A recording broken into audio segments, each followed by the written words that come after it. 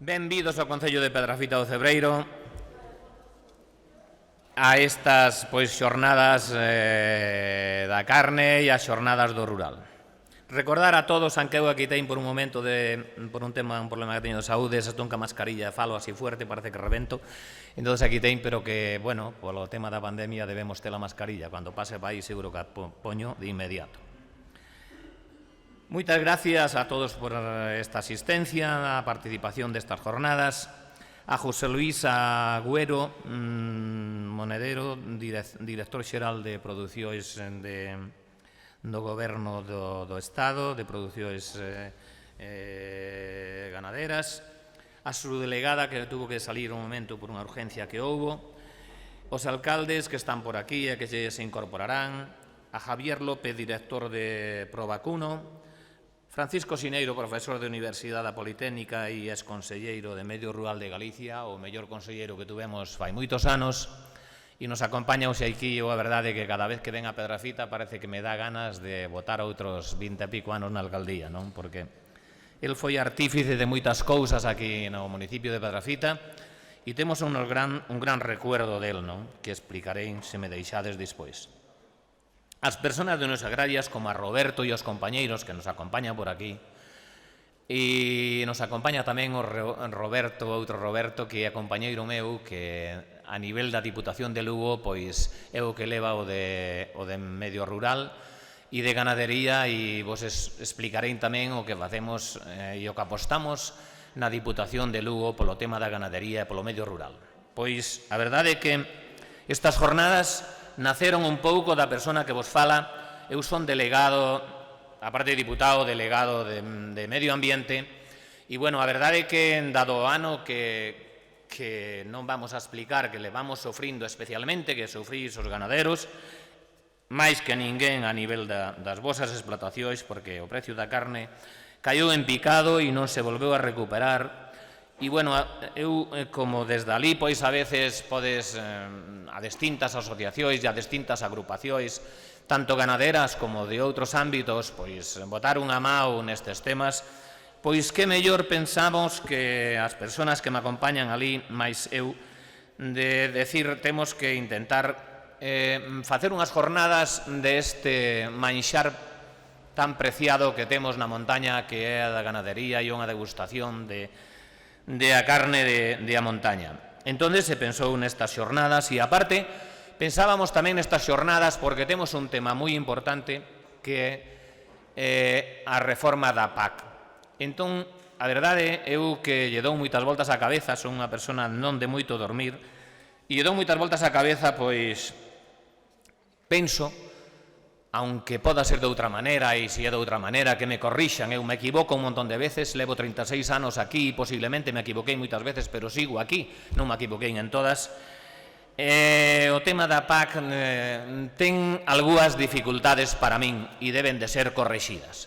E espero que destas mesas de traballo e de outras, pois lles chega buen recado a estas persoas que negocian a PAC en Bruselas e nos ministerios, e corrixan a veces temas que eu creo que a PAC ten que ser un mecanismo que garantice a igualdade en moitos lugares e máis en zonas de montaña, porque a verdade, o cartel que vedes aquí atrás, pouco podo decir, pero si, perdón, estou falando en gallego e igual alguna persona, eu falo en castellano se fai falta.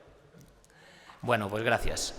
A verdade que este cartel que vemos aquí, eu pouco podo decir as persoas que son daqui, pero moitas persoas que son da fora.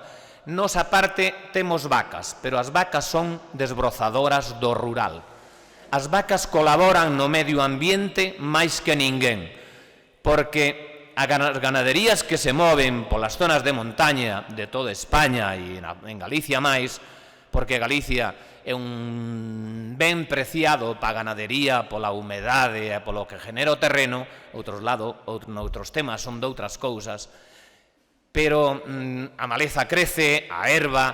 Entón, donde non hai ganadería, un pueblo non está vivo. Un pueblo onde non hai ganadería está morto. Eu podo poñer exemplo de algún pueblo que teño por aquí, que hai dúas casas, teñen dúas ganaderías importantes e non me fai falta pasar as desbrozadoras por aquel pueblo nin por aquelas carreteras. Son desbrozadas cas vacas e desbrozan moito mellor que as desbrozadoras. Encima non contaminan, non gastan gasolina, non producen CO2, aunque, bueno, en algún momento algún sistema ecologista de moito rango crei que as vacas contaminan, pois non é así, temos que decir que non contaminan e temos que mentalizar pois as administracións e as persoas que están nas administracións que nos teñen que defender nestes foros máis amplios que os de hoxe aquí, que eso é outra cousa. As ganaderías extensivas o que fan é colaborar co medio ambiente e colaborar nestes traballos. Eu poño un exemplo a veces que lle chamo a unha vaca destas en ganadería extensiva, unha desbrozadora, porque desbroza máis que unha persona que leva unha desbrozadora con el. Pois unha persona, un obreiro que ten que levar unha desbrozadora e desbrozar, eu teño costes, porque teño un montoncísimo de xente traballando por a administración, para ser un ayuntamiento pequeño, e teño costes do que costa unha persona que a desbrozadora ao lombo, aparte do sacrificio que lle fai, que é un traballo moi duro, sobre 25.000 euros. Desbrozadora, salario, gasolina, sobre 25.000 euros. Pois posiblemente unha vaca ao ano desbroce máis que unha desbrozadora. Quanto se cobra por unha vaca en todas as subvencións, entre nos temas da PAG e outras subvencións que poda haber por aí? Pois que vos vou dicir os ganaderos que sabéis ben o que se cobra. Entón, hai unha diferencia abismal. Pois ninguna administración iría a ruína, ni a PAT se perdería, porque melloraran ese sistema e para eso teñe que surgir pois mesas redondas, personas, ganaderos que opinen e alcaldes tamén que defendan en todos os lugares que nos temos que vivir dos ganaderos e que os ganaderos son os mellores conservadores do rural, non igual a fauna salvaje, que así é subvencionada en moitos lugares. Eu tuve que romper un pouco fai 2 anos con algunha asociación aquí en Pedrafita, a Asociación Oso Pardo, por exemplo, que recibe 3 millóns de euros por intentar adaptar o oso ao rural e tamén facelo que conviva ca ganadería e cas persoas. Pois non é fácil. Non é fácil que a fauna salvaje colabore, nin conviva, nin cos humanos, nin cos ganaderos, nin ca ganadería. Entón, eu creo que se recibe de Europa e de outros lugares diñeiro para moitas outras cousas, teñe que recibirse para a ganadería o máis importante e apostar pola ganadería para que o rural este vivo.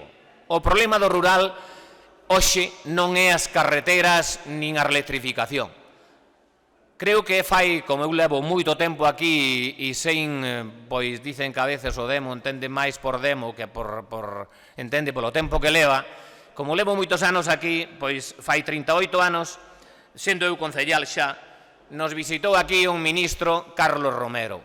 Bueno, aquela fomos a unha ganadería dun señor que foi tenente alcalde comigo e recorremos algúns pueblos, a ganadería Louzarela de Manuel Villasol. Bueno, pois aquel problema que viu o propio Carlos Romero como ministro era que as carreteras estaban todas en terra, non había electrificación, había problemas de todo tipo. Pero non había problemas de desilusión nos ganaderos. Os ganaderos daquela tiñan o seu produto, o vendían como se vende hoxe ou moito mellor, e o saco de pienso valía 300 pesetas, en pesetas, era pesetas daquela. 300 pesetas son algo menos de 2 euros. Quanto vos vale un saco de pienso hoxe? Pois está en torno a 18, 19 euros. Que diferencia hai entre o pienso e a carne que se vendía daquela? Pois iso é a ruína que nos leva no rural os ganaderos e a todos. E se non hai ganaderos e non hai ganadería no rural, o rural non existe. Non existe. Sabémolo todos e vosotros o sabéis, como a min, eu tamén, que son fillo de ganaderos, aunque hoxe non ten ganadería, porque se jubilaron, pero eso da jubilación vai pasando a todos pola desilusión. E non hai relevo generacional, porque non o hai pola desilusión. Non é que a nós non nos guste a ganadería. Cualquera persona do rural de Galicia aprecia a ganadería como ser humano. Pero se nela vei que lle costa máis tela e mantela que subsistir no tema, pois o que fai é crear unha desilusión que ten que abandonar a ganadería e iso é o que está pasando en todos os lugares. Desde logo, a nivel por lo menos de alcaldía de Pedrafita, de outras alcaldías, intentaremos por todos os lugares, por eso intentei a nivel de medio ambiente, intentar conseguir algún recurso para facer este tipo de jornadas e traervos aquí, para que vos escuitaran, personal do Ministerio que hai aquí, e para que trasladen os seus representantes que están noutros niveles para que isto se intente amañar antes que non teña remedio, que xa vai moi tarde. Xa vai moi tarde, porque non me gustaría en ningún momento, creo que xa non teño edad para elo, pero non me gustaría en ningún momento ter que chegar a facer como pasa en Teruel, con Teruel vivo, e como pasa noutros lugares. Ben, é verdad que algunha vez terá que volver aquí o ministro que lle toque de turno, ilvanar e escuitarnos e ilvanar cousas como ilvanou daquela Carlos Romero. Conxuntamente con daquela que entrou na Xunta de Galicia Francisco Sineiro e González Laxe, e ilvanamos as pistas e a electrificación en todo o municipio de Pedrafita, e agora é outra cousa. Agora hai que ilvanar medidas e reglamentos que a través da PAI e outros conductos valgan para mellorar o sistema, para que isto non quede despoblado e quede na máis para a fauna salvaje. Cando haxa nada máis fauna salvaje, isto non existe. Isto non existe. A través de ayuntamientos como a Pedrafita se creou a Asociación Esmontañas a nivel de toda España. O presidente de Esmontañas fai pouco tempo nos escuitaron e é o secretario de Estado de Reto Demográfico, Paco Boya. Fai 4 días reuníme con ele en Madrid para explicarlle uns cuantos problemas deste tipo e me dixenlle que íbamos ter este tipo de jornadas e me felicitou e dixo adiante con todo o que faga falta no rural. Desde aquí intentaremos facelo posible, pero teñen que ser moitos máis os que intenten enlazar os mecanismos para que isto funcione de outra maneira. Desde que se creou Esmontañas, se creou algunha comisión na FEN de despoblación. Eu estuve en nela. Me costou un montón ir ao primeiro por problemas de saúde que tiña, pero fuin todas as veces, algunha vez nada máis para reunirme ali media hora. Pero a nivel de aquela reunión e a nivel de Esmontañas se empeza a falar de despoblación e de reto demográfico en toda España e en Europa. Temos que chegar a facer entender ás administracións que se no rural teñen problemas as capitales. E claro que teñen. E vos poño un exemplo moi cercano que sempre me gusta poñer algún exemplo para que se viva. Fai moitos anos, e me estou estendendo un pouco, pero tedes que perdonarme porque todos os días non temos ocasión de ter xente nin do Ministerio nin de outros lugares de diante. Non hai do goberno autonómico porque tampouco non fai moito por estas cousas, pero tanto os gobernos autonómicos como os centrales teñen que pensar en que hai lugares que hai que axudarlles de outra maneira. Poño o exemplo a Diputación de Lugo. A Diputación de Lugo, na área de medio rural, se creou a Granxa Galloso Castro, se está criando ali becerras desde 4 días a nivel de explotaciones leiteiras, se está facendo convenios con a Cruga e se están sacando becerras a vender por todos os lugares que xa ven en época de pouco tempo para ir e levar adiante e cualquier ganadero que lle falte ganado pode acudir á Granxa Galloso Castro, temos aquí o seu representante a través da Diputación, compañeiro meu diputado, e se está invertindo un montón de diñeiro e se vai a invertir tamén en jornadas deste tipo a través de medio ambiente para que nos podamos ter voz en algún lugar determinado. E se non a chegamos a ter e non nos atenden o suficiente, pois teremos que, e vou rematando, chegar ao momento de decir que chegou Teruel, que recordei fai un momento. Teruel existe.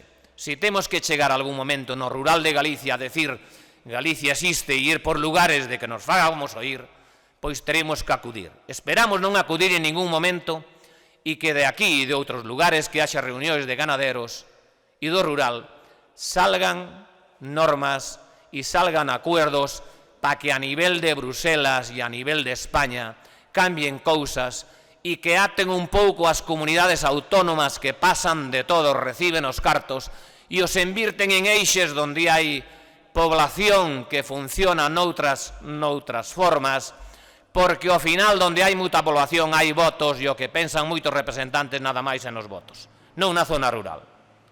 E poño algún exemplo máis. A nós, por ser un ayuntamiento que sempre pertenecemos á cuerda distinta do goberno autonómico, nos meteron Renatura por los ollos, nos chegou a Renatura o 97,7% Renatura. Estuve vendo as estadísticas e as zonas de Renatura de España e creo que na máis hai unha en Cataluña que ten o 95%. O resto, creo que somos o ayuntamiento que máis Renatura temos en España. De que nos beneficia non Renatura? Prohibicións todo tipo. Compensacións ninguna. Prohibicións. Non podemos ter parques eólicos. É creo, unha pena que hai demasiados parques eólicos, pero en algúns lugares, noutros lugares non hai ningún, e iso a economía municipal tamén nos levaría a unha inyección económica importante e evitaríamos de ter que a veces poñer tasas a ganaderos que son ese diñeiro é tan necesario para outras cousas. E a verdade é que se temos restriccións, esas restriccións teñen que ser compensadas, porque alguén me pode decir cuánto se recibe de Europa polas zonas de Renatura, e a verdade me poden decir cuánto chega a algúns ayuntamientos por Renatura. Nos ten chegado a veces 10.000 euros e con un montón de problemas algún ano, e 10.000 euros non compensan que en Renatura, e cuidamos dela, e nos gusta cuidar igual, cobremos subvencións que non cobremos, os muros en vez de facelos de bloque os facemos de pedra, cuidamos o paisaje que hasta agora aquí levamos 30 e algo anos que non hai un incendio, e é colaboración de todos, do ayuntamiento, pero dos ganaderos e de todos. O día que non haxa ganaderos non haberá máis que incendios e non haberá máis problemas. Que problemas? A fauna salvaje non vai solucionar eso. Moitas gracias a todos. Van falar de Renatura e de APAC outras persoas que posiblemente estén máis informadas que a min de isto. Disculpade por o tempo que vos comín a todos aquí, pero non podía pasar o momento sin dicir outras cousas, porque se non o digo non sería eu. E como levo sendo eu así 30 e pico anos aquí, pois pa que vou a cambiar agora? Non é normal. Gracias.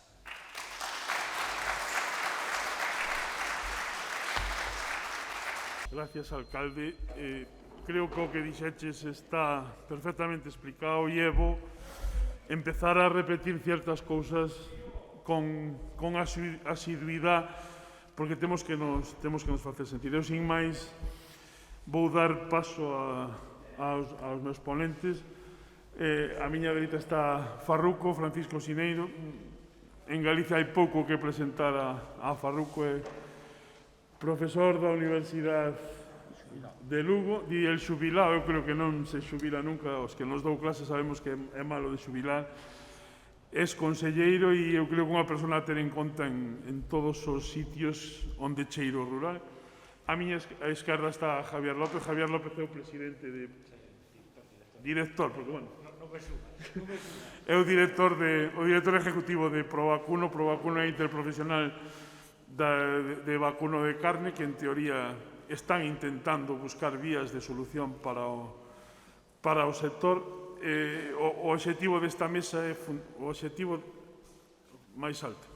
Non se oye de atrás. O objetivo desta mesa é fundamentalmente buscar vías de saída ao sector en cuanto a sector. Eu deixo a palabra a Javier para que nos faga unha introducción da situación actual agora a nivel nacional e un poquinho despois Farruco fará unha introducción do que é o sector en Galicia coas súas particularidades. Nada máis, gracias por asistir aos dous. Ao final faremos un turno de preguntas, xuntaremos as preguntas un pouco para ir axilizando, porque vamos un pouco tarde, e para ir axilizando a xornada. Sin máis, Javier, cando queiras, supoño que funciona outro micro. Vale, perfecto. Seguramente no falar é mellor quitar a mascarilla. Perfecto, no, ahora como tengo con el micro, me levanto y es perfecto. Bueno, pues sobre todo lo primero que hay que decir cuando se empieza una jornada como esta, desde luego por mi parte, es el agradecimiento. El agradecimiento a la subdelegada del Gobierno que ha estado aquí recibiéndonos y se ha tenido que marchar.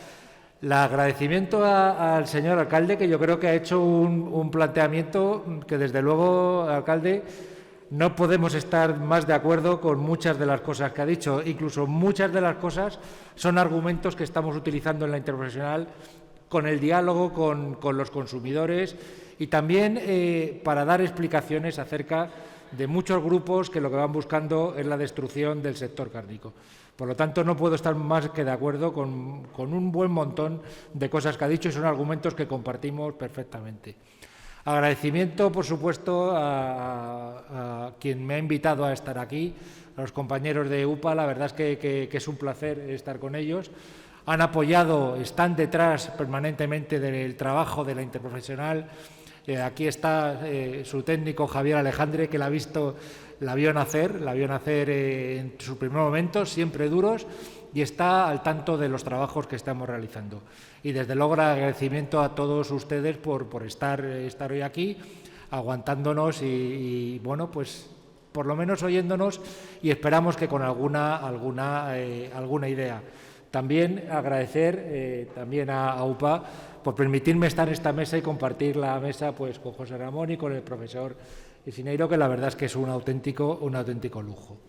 Bueno, pues voy a empezar la presentación. Mi presentación es relativamente bien, no sé si la hago por aquí o la hago, yo creo que la voy a hacer de pie, que casi es mejor.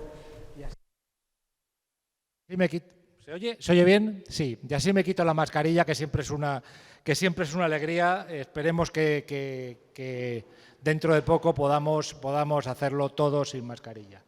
Bueno, me han pedido los organizadores que les dé una primera presentación para un análisis de cómo está el sector desde un punto de vista nacional, europeo y también un poquito a nivel internacional.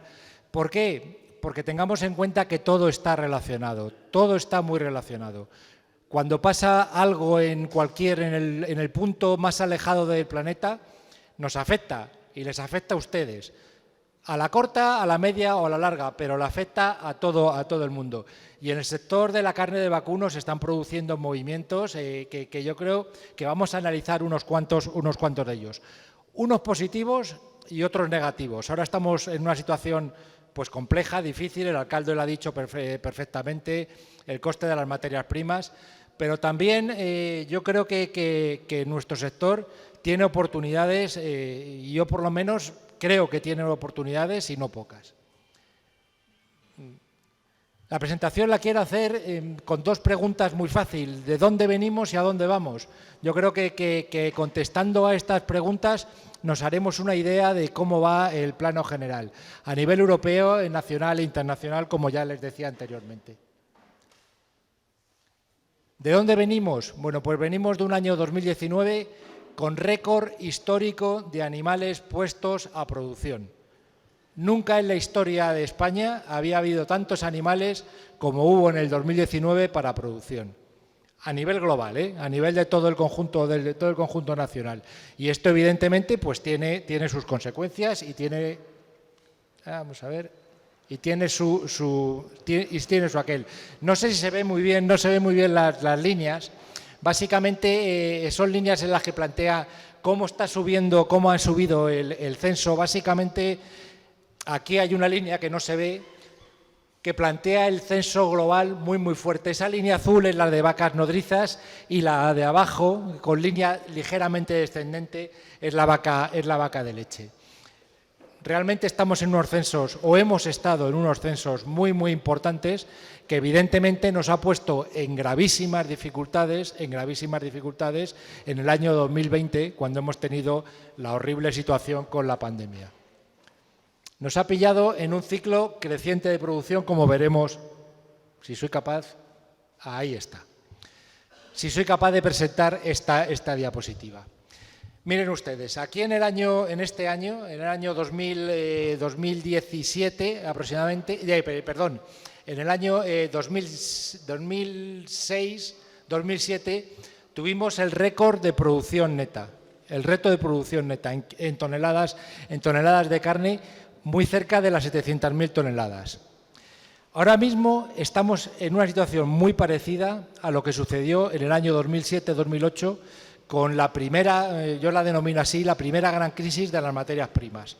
Acuérdense, año 2007, 2008, una situación pues muy parecida a la de ahora, dramática, quizás por un apoyo europeo a la política de biocombustibles y alguna cosa, los fondos de inversión metidos en el sector de materias primas, crisis económica, realmente una situación muy parecida a la que estamos ahora.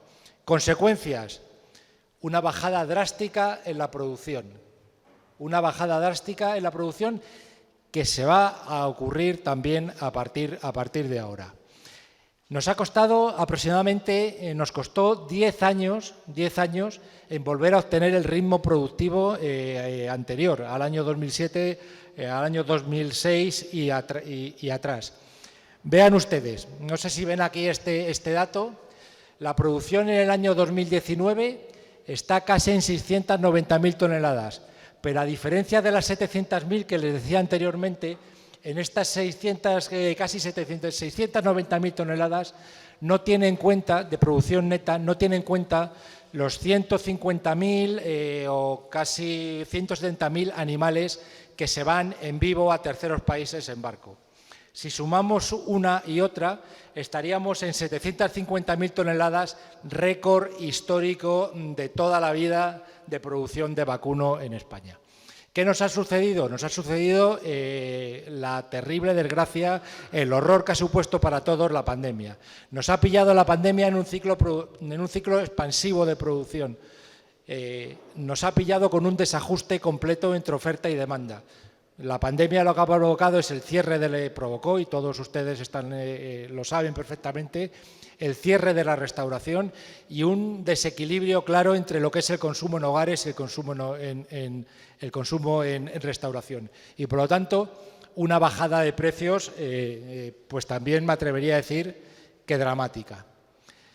Desequilibrio entre oferta y demanda, comercio de la pandemia, caída y desplome de los precios internos, clarísimo, cierre de restauración, dificultad logística para llevar producto a muchas zonas del mundo. Por ejemplo, de terceros países, Argelia era un gran comprador de carne de vacuno que nos ayudaba mucho a sacar carne a diferentes cuando había exceso. Bueno, pues Argelia cerró su mercado interno. Reducción clarísima también, por eso vean ustedes lo que pasó en el año 2007-2008 y lo que puede pasar a partir de ahora. Una reducción de las entradas de animales para engorde y desde luego también en buena parte aumento de las salidas de animales y las salidas de carne a otras zonas de Europa. Entiendan que ustedes están en este territorio, pero la visión que tienen que tener es una visión y un conocimiento de lo que pasa a nivel global, porque todo les afecta. ¿Qué ocurrió? Esto en precios. Bueno, pues la línea esta roja marca la caída de precios desde este año. Ya vean que esa caída de precios se había producido a mediados del año 2019. ¿Por qué? Por ese desajuste entre oferta y demanda, ese pico de producción que el consumo y el consumo interno, ni siquiera el consumo hacia otras zonas del mundo, era capaz de digerir. Por lo tanto, ya se empezaba a ver esta caída de precios. Después seguimos aquí, llegamos a este año, llegamos al mes de marzo, la pandemia y la caída dramática de precios. Esto es lo que está haciendo este año, las líneas de barras. Y vean que en las últimas semanas claramente el precio está subiendo. Y esto es lo que va a ocurrir sin duda ninguna en los próximos meses. ¿Por qué? Porque ahora se está notando la disminución de animales puestos para engorde en todo el conjunto nacional. Bueno, esta situación es la que tenemos. Hemos recibido permítanme la expresión coloquial, un estacazo brutal en la pandemia. Eso ha provocado una disminución de las entradas, tanto de los animales que se entran de Europa para engorde en los cebaderos, fundamentalmente, que es lo que regula, y de alguna forma lo que vamos a ver, sin duda ninguna, en las próximas semanas, y yo me atrevería a decir en los próximos meses, y muy probablemente en los próximos años, a nivel nacional, es una subida de precios absolutamente clara. ¿Por qué? Por lo que les he dicho, por la descapitalización que se está produciendo en el sector. a la situación de la pandemia, pues hemos venido también, se ha juntado pues alguna otra perla, como son la actual situación de las materias primas. No se ve esto muy bien, pero se lo cuento. Es una gráfica en donde se muestran los diferentes precios de diferentes países europeos. Esta es España, pero sobre todo quiero que vean una cosa que a mí personalmente me sorprende mucho, no me sorprende, bueno, pero creo que es importante decirla. Esta línea verde por aquí es el precio de Polonia. Polonia habitualmente en Europa era la carne a precio de derribo. Quien quería comprar, un comprador italiano o un comprador español que quería comprar carne barata, pues se iba al mercado polaco y compraba la carne a precio de derribo. Bueno, pues llevamos 3 semanas consecutivas y con tendencia creciente que el precio de la carne de Polonia está por encima del precio medio de la carne de España. Atención. ¿Qué me dice esto a mí? Me dice que la carne barata, la carne de vacuno barata, en Europa se va a acabar. Y me parece que en el mundo está camino de ellos. Creo que es un mensaje, por lo menos, que pueda dar en una situación caótica como la que tenemos actualmente, por lo menos una lucecita de esperanza, con dificultades, por supuesto. A nivel nacional, ¿de dónde venimos también? Varios aspectos añadidos, son 3 realmente, uno muy relacionado. Uno es el Real Decreto 41-21 con el periodo transitorio, en el que básicamente, quizás aquí en Galicia, esto no le afecta especialmente, porque el modelo en Galicia es un modelo muy ligado a lo que es la vaca nodriza, muy ligado a lo que es la superficie, pero este Real Decreto cambió un poco las reglas del juego para lo que es la producción de cebo de diferentes zonas de España. La futura PAC, que desde luego la siguiente mesa van a profundizar de forma muy clara, las incertidumbres que provoca la futura PAC y que sin duda van a condicionar muchas de las decisiones que los ganaderos tomen en el futuro. Y también lo que hemos comentado, el incremento del precio de las materias primas.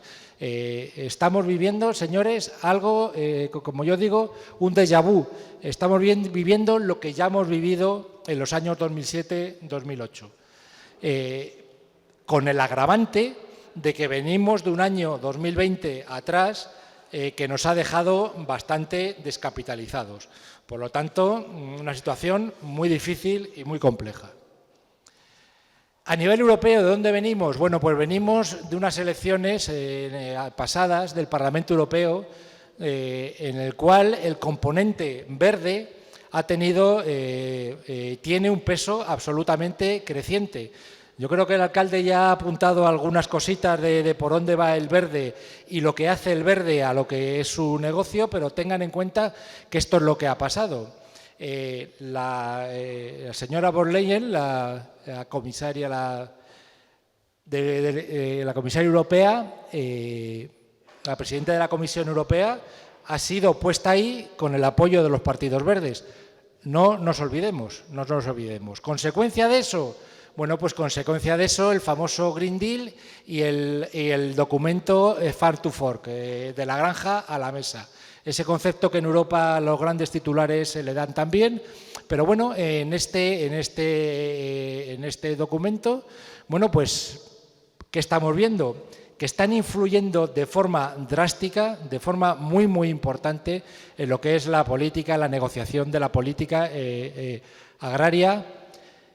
Permítanme los compañeros de la mesa de PAC que haga una referencia. En la política agraria común, yo creo que lo de la CE ya la podemos tachar, porque es política agraria, pero ya ha dejado de ser común. Cada país europeo diseñará su política agraria. Cierro el paréntesis y ya no me meto más en PAC. Bueno, en este documento de Farm to Fork se menciona la carne varias veces, en repetidas ocasiones, y en ninguna de ellas con ningún planteamiento positivo. Ningún planteamiento positivo para la carne. Malo para la salud, malo para el medio ambiente, malo para el bienestar animal, malo para malo, malo para malo, malo para malo. Aproximadamente unas 20 y tantas veces se pronuncia la palabra, se menciona la palabra carne, nunca desde un aspecto positivo. Tengamos en cuenta que esto es Europa, ¿eh? Y también estamos viendo de Europa una fuerte presión para prohibir el movimiento de animales pequeños y de animales en barco. Hay una presión muy importante para limitar, para prohibir ese comercio. El de animales pequeños a largas distancias y animales en barco. Yo creo que están ustedes al tanto del episodio de primeros de año con 2 barcos dando vueltas por el Mediterráneo. Bueno, pues eso desde luego no hace ningún bien y dan munición a todos aquellos que pretenden limitar este comercio. Dicho sea de paso, tampoco les importa especialmente a quien pretende limitar este comercio el bienestar de los animales. Esto es un movimiento perfectamente orquestado para limitar lo que es la producción ganadera. Tengan también eso en la cabeza. Ataque a nivel europeo, y me atrevo a decir países ricos entre comillas, porque parece que los europeos ya somos muy ricos y no queremos pagar para comer, queremos pagar para irnos de vacaciones, con tener un buen coche, hacer viajes y otras cosas, pero para comer ya no queremos pagar para comer, somos ricos. Se nos ha olvidado cómo era España hace 40 años, por ejemplo. Estamos viendo un ataque brutal a la producción de proteína animal, brutal y absoluto, por grupos de presión perfectamente organizados y absolutamente financiados. El tema de procesados vegetales, yo diría ultraprocesados vegetales o la carne de laboratorio, están aquí y han venido aquí para quedarse. Un ataque en redes sociales, bueno, pues ya creo que están ustedes al tanto. Una hamburguesa de carne, pues nada más que casi 5.283 piscinas, millones de piscinas. Están también ustedes al tanto de un filete o 1 kilo de carne, los 15.000 litros de agua. Claro, que quien dice esa falacia no dice que el 95% es el agua de lluvia que cae, que caería igual con animales o sin animales. Pero es una falacia, es una mentira que repetida N veces la convierten en una verdad. Bueno, pues cuánto consumimos cereales, los estadios de fútbol que ganamos y al final para llegar a la conclusión que una hamburguesa contamina más que un coche. Absoluta aberración, pero esto es lo que estamos sufriendo por empresas, que no nos olvidemos, son negocios que quieren ganar dinero. ¿Y cómo quieren ganar dinero? Sustituyendo la proteína vegetal, la proteína animal, nuestra proteína, la proteína que todos ustedes hacen, la proteína de excelso valor biológico por proteína vegetal. Un ejemplito Beyond Burger, vegetales, seguro que esta lista no son ultraprocesados vegetales, luego veremos con más detalle, pero sí que quiero que vean que esta empresa financiada y promovida por un personaje conocido, Bill Gates, todos lo conocemos, uno de los mecenas del mundo, uno de los salvadores del mundo, bueno, pues está invirtiendo en esta empresa. Seguramente los ricos no son ricos por nada, los ricos porque son ricos y quieren ser más ricos. Bueno, pues está invirtiendo en esta empresa y esta empresa, ustedes saben lo que es el trato con la distribución, no es fácil. Ponen los productos en los lineales, cobran por poner los productos en sus lineales. Bueno, pues esta empresa exige a la distribución colocar su producto en los lineales de carne. ¿Para qué? Para sustituir la carne por ultraprocesados vegetales.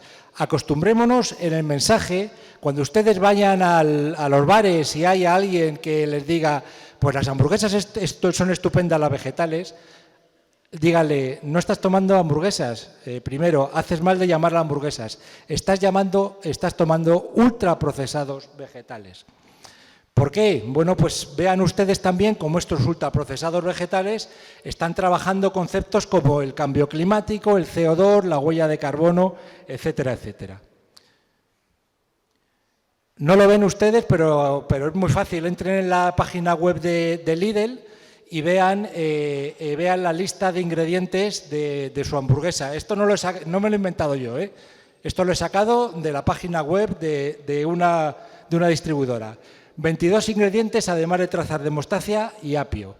Seguro que esto no es un ultraprocesado. Seguro que el problema del ultraprocesado pues son los chorizos, o el jamón o cualquier otra cosa. Esto es lo que hay. Este ataque es el que estamos sufriendo.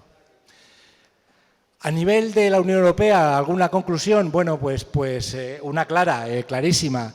Una disminución de competitividad.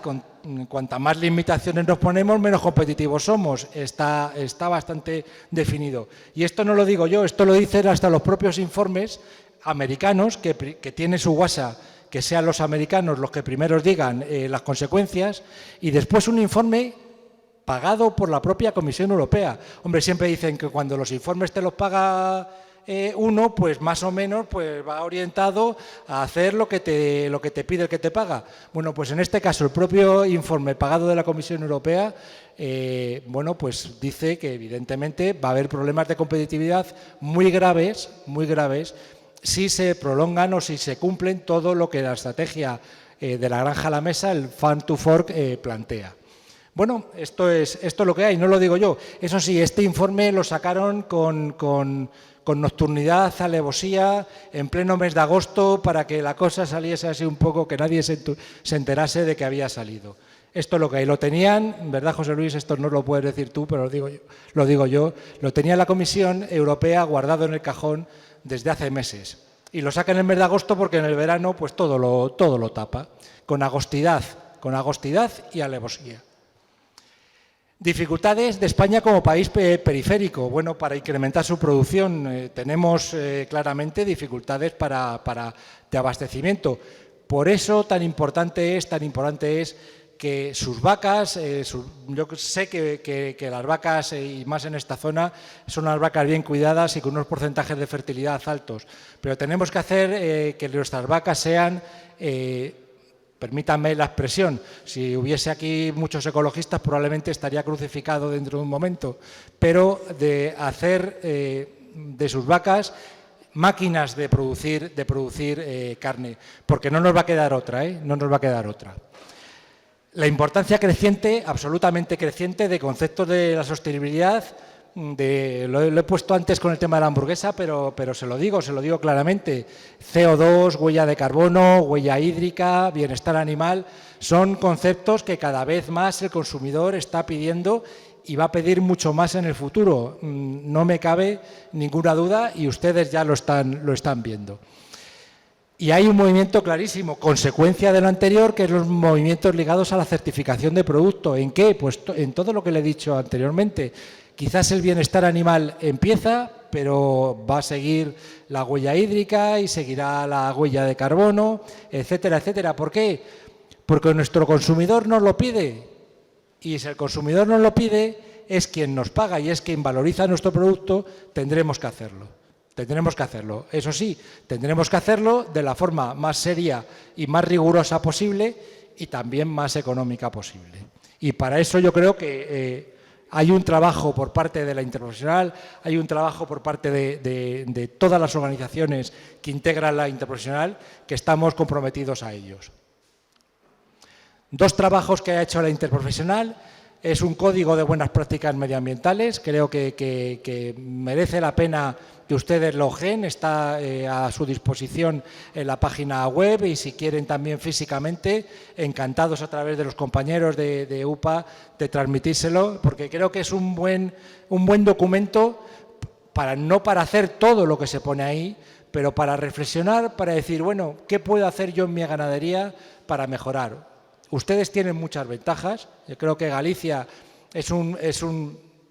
permítanme que lo diga así porque lo pienso, es un paraíso medioambiental, pero incluso en ese paraíso medioambiental se pueden hacer cositas que nos ayuden a transmitir al consumidor cuál es la ventaja de nuestro producto.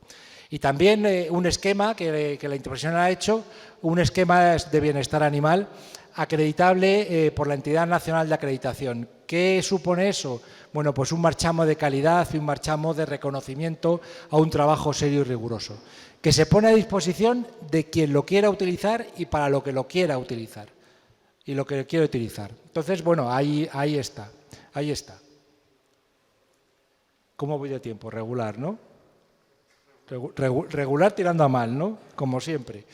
A nivel internacional, una parte, voy a ir muy rápido en esta parte, porque creo que quizás aquí, en esta parte, sí que hay aspectos muy, muy positivos. Un incremento de la población mundial, sin duda ninguna. Sin duda ninguna, la población mundial está creciendo, hay estudios que dicen que dentro de 10, 15 años vamos a ser 10.000 millones de habitantes en el planeta. Yo creo que ustedes también han oído, y si no se lo digo, China ha cortado su limitación para tener hijos. Antes solamente dejaba tener un hijo, ha cortado esa limitación, ahora dejan 3. Bueno, China son 1.300.000 millones de habitantes. Si en lugar de un hijo tienen 3, pues la cosa se va a poner simpática. Un incremento de renta en los países emergentes, no tengan ninguna duda, encabezado por los países asiáticos. Yo creo que hay ejemplos muy claros de cómo los países asiáticos son sociedades muy jóvenes, son sociedades que están creciendo su nivel de renta. Que como pasaba en España hace 40 años, cuando el nivel de renta va subiendo, ¿qué quieren? Comer más y mejor. Y para comer más y mejor, comen carne. Y cuanto más renta tienen, más carne de vacuno comen. No les quepa ninguna duda, pero no me lo estoy inventando yo. Ustedes piensen lo que era España hace 30 años, por ejemplo, 30, 40 años, y cómo ha evolucionado. Igual, exactamente igual. Y va a pasar exactamente lo mismo. Hay ciertos países que están como España hace 40 años o 50 años. Y van a hacer el mismo proceso, sin duda ninguna. Por lo tanto, esta es una oportunidad clarísima para un producto de excelsa calidad como es la carne de vacuno. Y también el incremento de consumo ligado a todo eso a los países árabes, en las que no competimos con el porcino. En los países árabes no comen cerdo, por razones obvias, o por razones religiosas. Ahí no compite el porcino, el gran productor de carne a nivel mundial, junto con el pollo. Bueno, pues ahí tenemos una oportunidad claramente de introducir nuestro producto. Este es un grafiquito, no se ve muy bien, pero básicamente quiero que vean una cosa. Estamos hablando de Argelia, Canadá, China, el Congo, Egipto, Japón, Kazajistán, Corea del Sur, Arabia Saudita, Taiwán, Emiratos Árabes Unidos, incluso Estados Unidos o Vietnam, con incrementos absolutamente desaforados en consumo de carne de vacuno antes de la pandemia. Son años 2018-2019. Vean ustedes China, 1.300 millones de habitantes y creciendo. Incrementos en su consumo de carne del 13%. Dices, hombre, el 13% es poco, ya sí, pero en 1.300 millones de habitantes, pues algo influye. Desgraciadamente la Unión Europea es esto, un menos 2%. ¿Esto es Europa? Esto es Europa. El mensaje, tengamos un ojo puesto, ¿cómo es eso? Hay que tener una cosa en Dios y otra en el diablo. Pues tengamos el ojo puesto en el mercado nacional, pero un ojito también en el mercado internacional. España fue declarado país con riesgo insignificante en el año 2016 de BSE y esto nos ha abierto las puertas de diferentes zonas del mundo. Uno de los trabajos de la interprofesional que represento es apoyar a la apertura de la carne de vacuno española a diferentes zonas del mundo. Uno de las últimas aperturas es Japón, un mercado de mucho valor añadido. Algún dato de comercialización, bueno, lo tienen en la página web de la organización. Objetivos, diversificar la comercialización, dar diferentes canales de comercialización. Al mercado asiático, evidentemente, no van a ir medias canales, van a ir piezas. Y generalmente van a ir piezas que aquí se consumen poco o no tienen valorización. En otras zonas del mundo se pirrian, en Japón concretamente, por las lenguas. Las lenguas las están pagando a 15, 20 euros el kilo. Atención, en Japón. Pero por otros productos como pueden ser, con perdón de la expresión, pero es que la palabra, los penes o los tendones. Bueno, pues los pagan y aquí pagamos por destruirlos, porque en Europa somos ricos. En otras zonas del mundo pagan y pagan muy bien. Por lo tanto, tengamos en cuenta este mercado.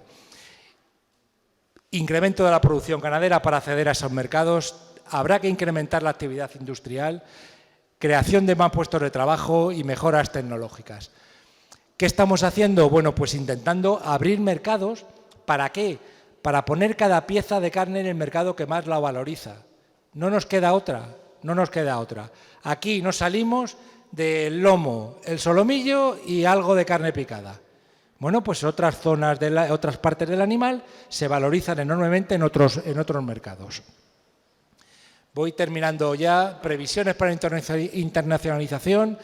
Bueno, pues claramente continuar con la estrategia y aumentar los volúmenes de exportación, y esto va a necesitar claramente la unión de diferentes industrias cárnicas.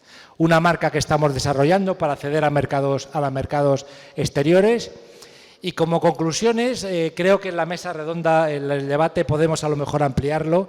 Creemos que se va a producir una profunda reestructuración del sector en los próximos años, sin duda ninguna, en todo el sector.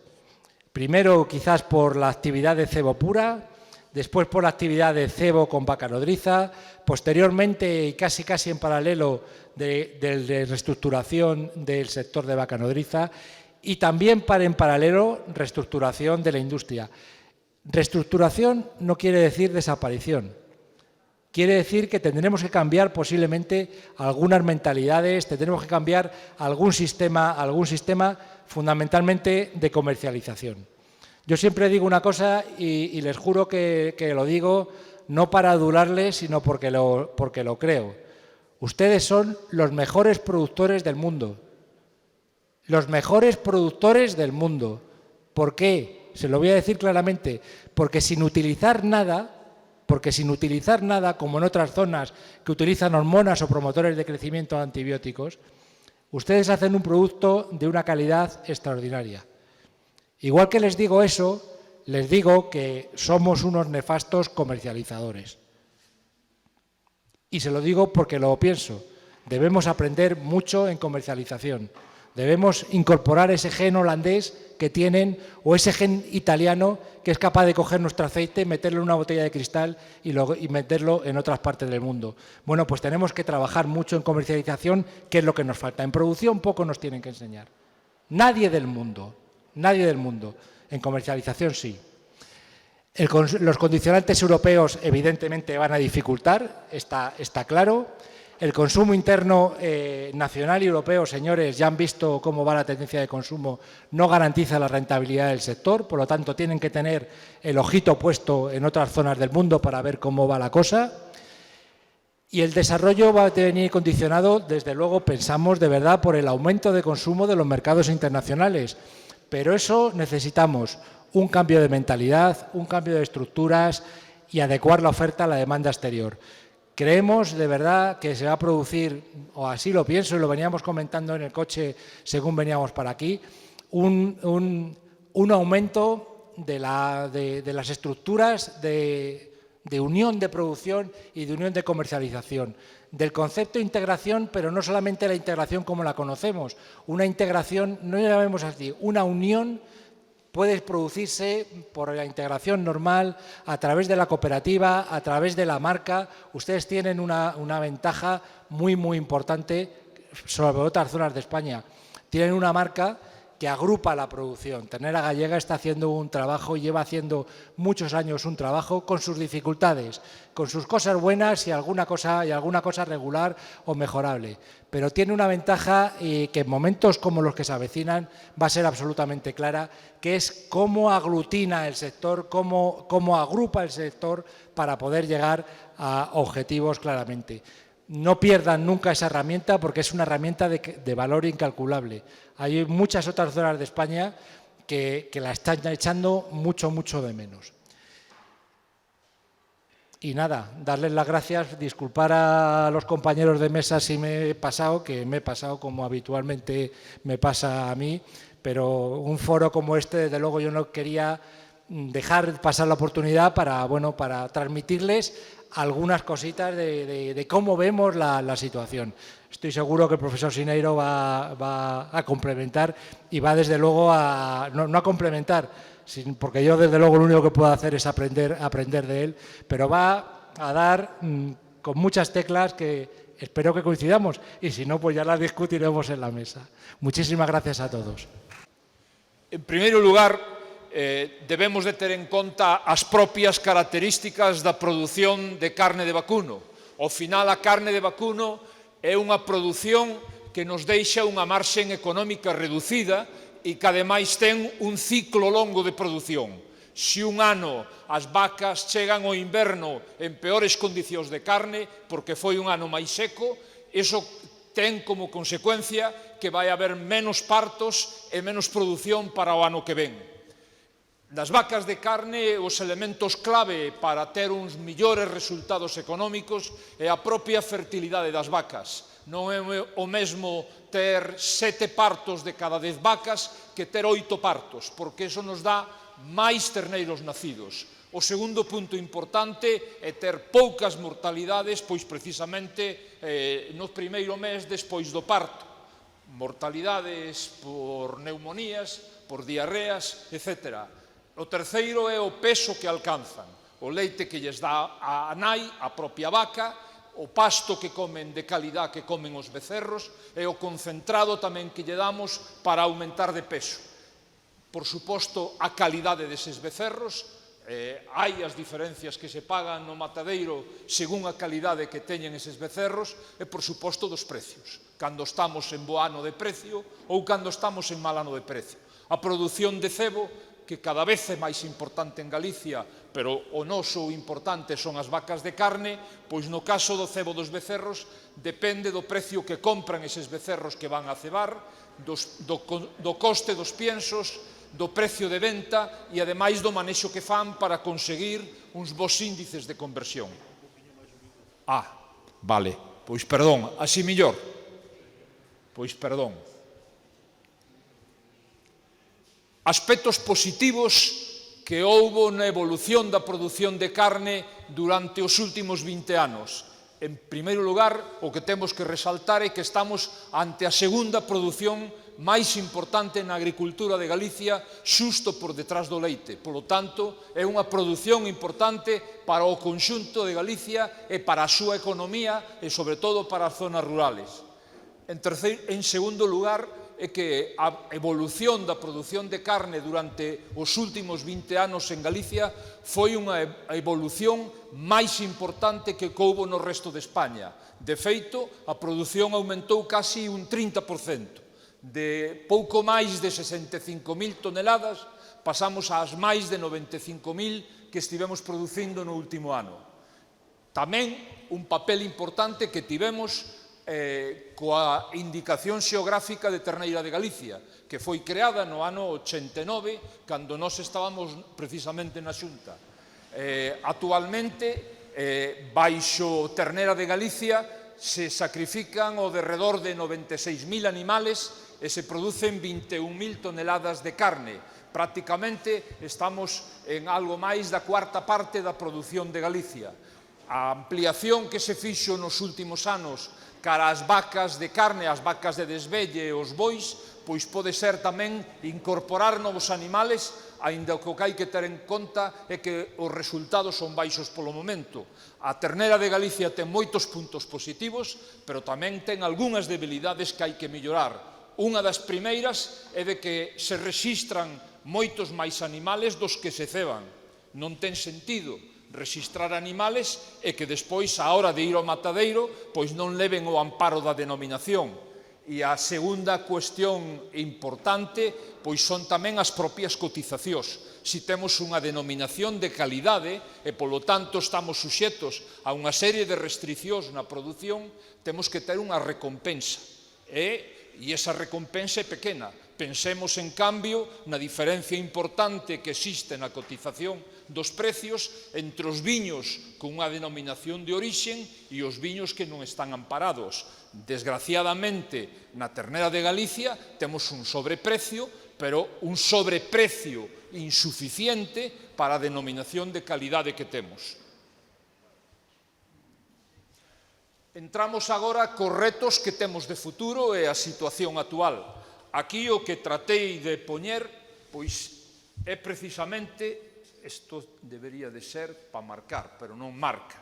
Aquí tendes os anos, desde o ano 2004 hasta o ano 2021, o que son as cotizacións para becerros amparados na denominación de terneira de Galicia, para terneiros amparados na clase U, é dicir, da clase máis frecuente de calidade, para pesos que se sacrifican entre 200 e 250 kilos canal, e despois temos os terneira de Galicia de clase suprema.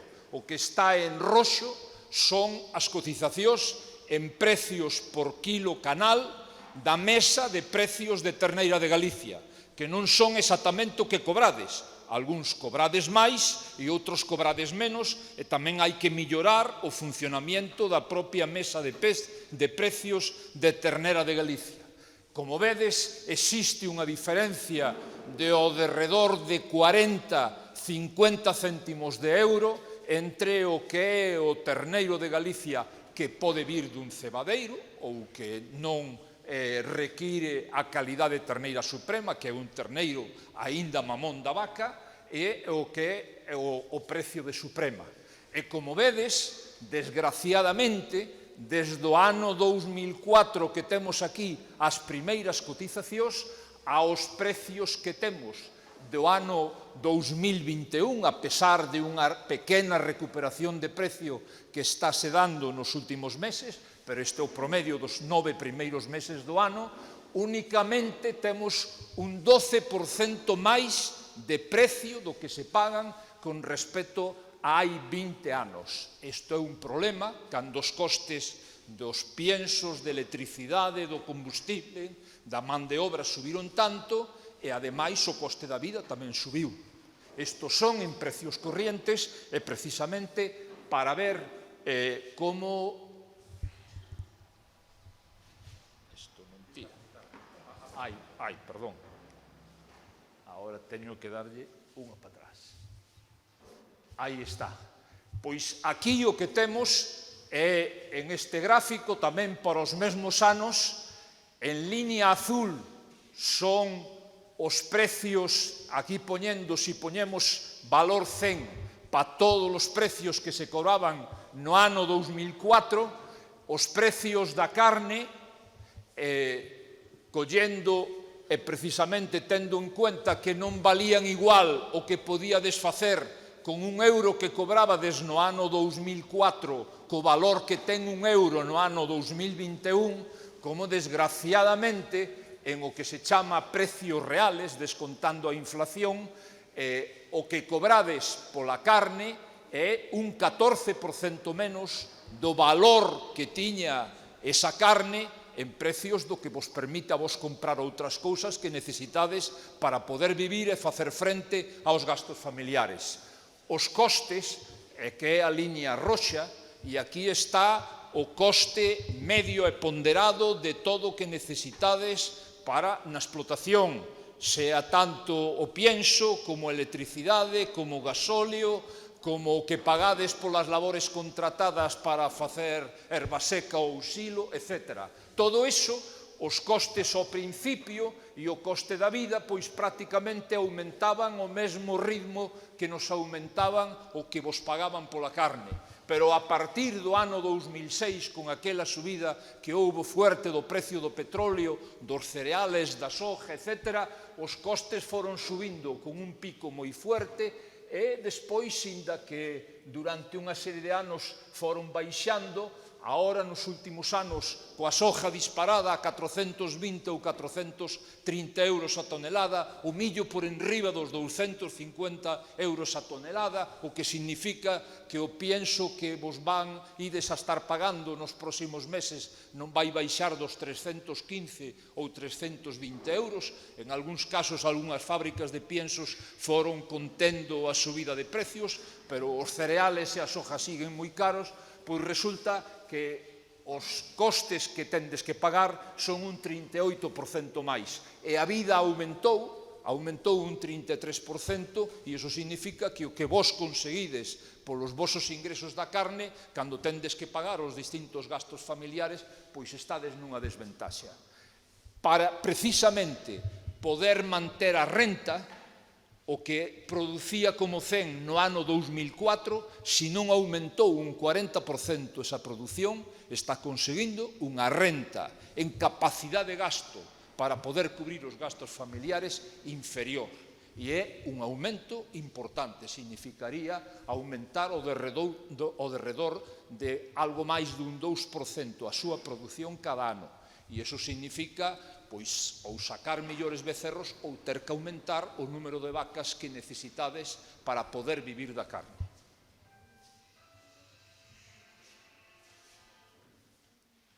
Bueno,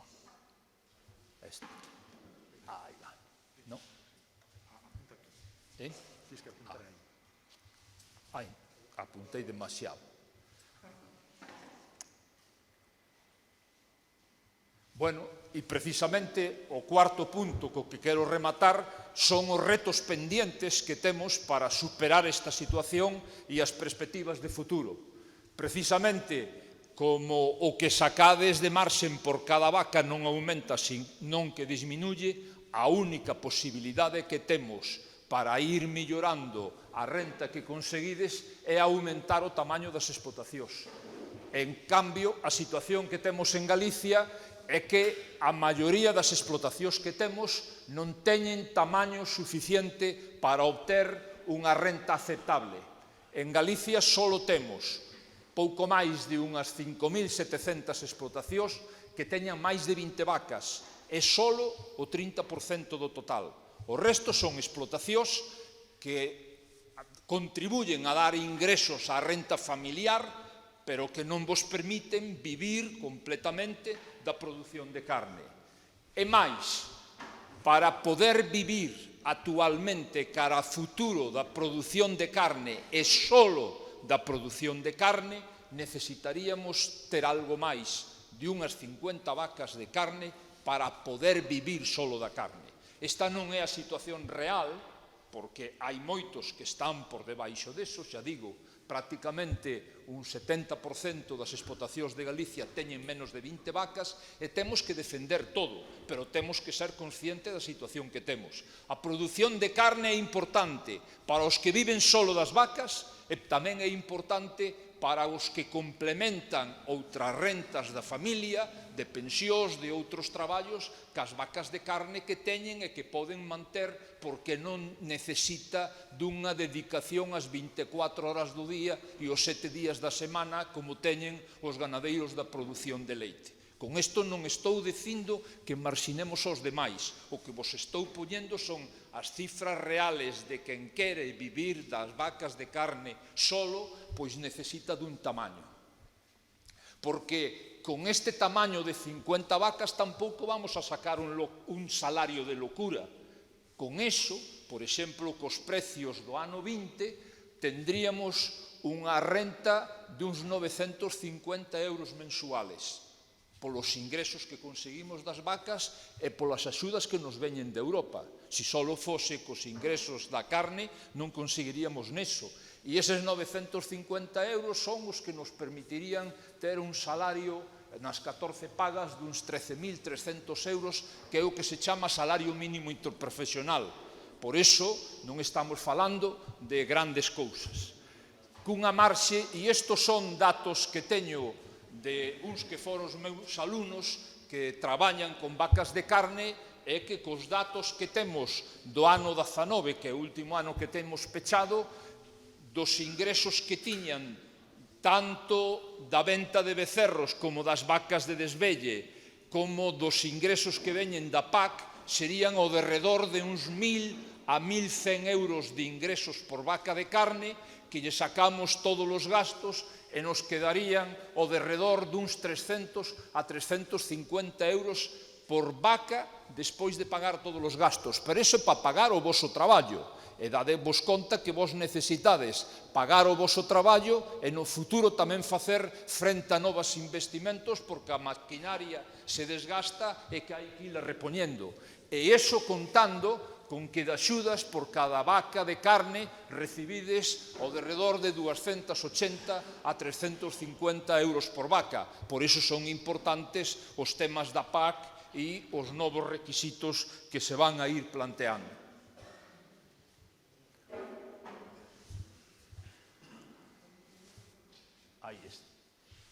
A primeira cuestión para poder aumentar a produción de carne e para poder ter máis vacas en Galicia e aquí na montaña se traduce en poder superar as limitacións das terras disponibles.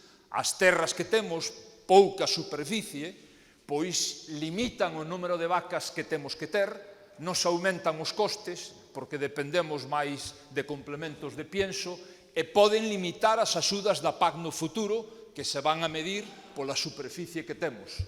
A situación actual, desgraciadamente, é a falta, o resultado da falta de medidas de políticas que tivemos polas terras, como é aumentar facilitar os arrendamientos, poñerlle un freno ás plantacións de eucalipto nas zonas de cultivo e de pastos, etc. Isto é a responsabilidade da Xunta, que agora tratan un pouco de compensar cunha nova lei de terras que hai que tratar de aproveitar, pero o mal, desgraciadamente, está feito. Son a herencia de moitos anos sin políticas da terra e das plantacións de política, as plantacións de eucalipto nas terras de cultivo e pastos. O que está claro é que se necesitan fomentar os arrendamientos e a utilización do monte, porque a utilización do monte que se lle daba aquí era unha utilización mixta. En cambio, moitas veces na PAC vos recortaban a superficie da superficie de monte porque a poñían de zona arbolada e de outro tipo de cousas. Ben sabedes vos estas cousas aquí na montaña. Terceiro punto, falábamos dos precios. Nos precios, unha cousa é como está o mercado, pero como se reparten esos precios? Pois eu penso que para os produtores debía de tocar unha parte maior. Hai un desequilibrio nos precios que se pagan e unha cuestión importante que é o que se trata de fomentar ca nova lei de cadena alimentaria é precisamente fomentar a negociación de precios. Porque se unha parte está un ganadeiro e noutra parte está un matadeiro, está claro de quen ten a forza para negociar. A vosa forza é se vos xuntades en organizacións de produtores como dá pé a nova normativa comunitaria para poder negociar nunhas condiciones de máis equilibrio. Por iso poño, é necesario o apoio ás organizacións de produtores e as organizacións de produtores para que funcionen, e o sabemos ben no caso do leite, onde están constituídas desde hai varios anos, pero que na práctica non están funcionando, é porque non só hai que ter a normativa no papel, sino que hai que despois exixir o seu cumplimento. E aquí en España sería importante que se incorporara, pois precisamente no P, o mediador. En Francia existe un mediador que é un funcionario do Ministerio de Facenda, ni siquiera de Agricultura, que é o que trata de poñer acordos entre as dúas partes que producen e a outra parte que compran. Porque no caso de España, pois está unha vía que cara que hai que completar. Sempre me equivoco. Precisamente hai que superar os desequilibrios existentes na cadena de produción ao futuro. Por 100 que vos pagan na produción, a industria vende a 130 e despois, cando imos comprar ao supermercado, o que vos pagaron por 100 cotízase a 2,6 veces máis. É dicir, poñendo precios de cebadeiro, e este é un estudio que fixo da cadena o Ministerio de Agricultura, a aos becerros do cebadeiro o pagaban a 3,50 euros, despois o precio medio do que se sacaba na canal estaba a 9,10. Aí hai algo que non rasca, non? E por iso é necesario pois mellorar esa relación de precios que existen entre o produtor e ese consumo final. Un quinto punto que é importante é que necesitades poder contar con un maior apoio e asesoramento ás explotacións, o que, se recordades os máis vellos como eu, aquelo que existía un servicio de asesoramento de extensión agraria que iban ás vosas explotacións, non que se quedan na oficina para cubrir os papeles que necesitades cubrir. Ese é un asesoramento que se necesita para que non teñades únicamente o asesoramento de quen vos vende o pienso, vos vende as mediciñas ou vos vende a maquinaria. Un asesoramento independiente das empresas que vos están vendendo os produtos con respeto para as empresas. O sexto punto que é importante é ter en conta os efectos das controversias sociales que existen sobre o consumo de carne. E aquí Javier López nos falou parte desa controversia. Hai que dar unha información obxectiva con respecto ás controversias existentes. E o primeiro que temos que decir é que a produción de carne na montaña e cas vacas de carne non compite con alimentos, porque se fai ca choiva, ca agua que ven da choiva e con pastos e forraxes que non podemos consumir para a alimentación humana e que, ademais, consumir eses pastos e forraxes é o que evita tamén o peligro da propagación dos incendios. Esa é unha cuestión importante, e que non vos vendan, como dice Javier, un alimento que parece natural que despois é procesado e que tengan ingredientes que non se sabe de onde veñen. E aquí sí que é importante facer bastante máis esforzo.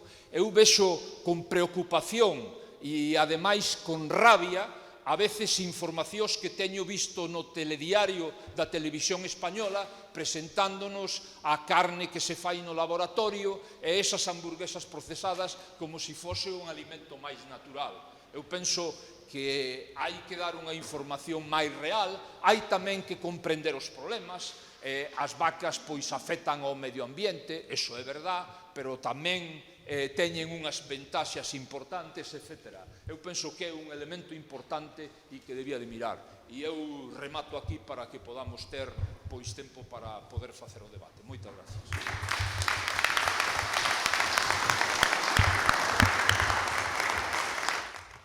Un turno de intervencións, eu creo que é bo agora establecer diálogo, podemos aclarar cousas do que se falou aquí, incluso algunha cousa máis, pois non sei, que empece alguén, que sempre o primeiro é difícil e despois vamos ir. A ver. Bueno, non me digas que non hai ninguna. Vas a tener que abrir el fuego tú. No, yo... A ver, sí, o do caxato. A ver. A primeira pregunta que vou facer é as explotacións dicimos que temos falta de terreno, pero hai algunhas que en realidade xa lles está, sobralles incluso terreno. E vamos falar, hai zonas que, por exemplo, as mellores explotacións foron abandonadas. Os pazos, Pazo de Tor, Pazo de Recimil, Pazo de Remesil, eu conozco varios pazos, a mellor aí algún non o conoce, que están abandonados, que teñen unha gran porción de terra e non hai forma. E hai outras zonas que si escasea o terreno, pero hai outras que queres dar a arrendar terreno, queres collelo e que nadie xo quere. Ese é o problema. E hai un problema que os que estamos cerca da jubilación, eso, que non temos continuidade, que lle facemos ao terreno? Que o vamos regalar? Eu penso que non se pode tampouco poñer en contra os propios ganadeiros, porque, ainda que nos jubilemos, somos ganadeiros sempre. Contra do forestal e contra das explotacións, cando hai zonas que non che queren o terreno. Hai outras zonas, como a zona de, por exemplo, da Terra Cha e tal, que se fixeron concentracións, e aí xa hai plantacións, que eu non entendo. Aí sí que se paga o terreno, porque o necesitan, e en cambio deixan plantar. Que pasa? E despois, bueno, hai outra pregunta que me gustaría facer, porque isto depende un pouco a nivel nacional e tal. Falamos das carnes roxas, e non sei por que razón sempre sale a ternera. Hai moitas carnes roxas. E aí sempre sale a ternera.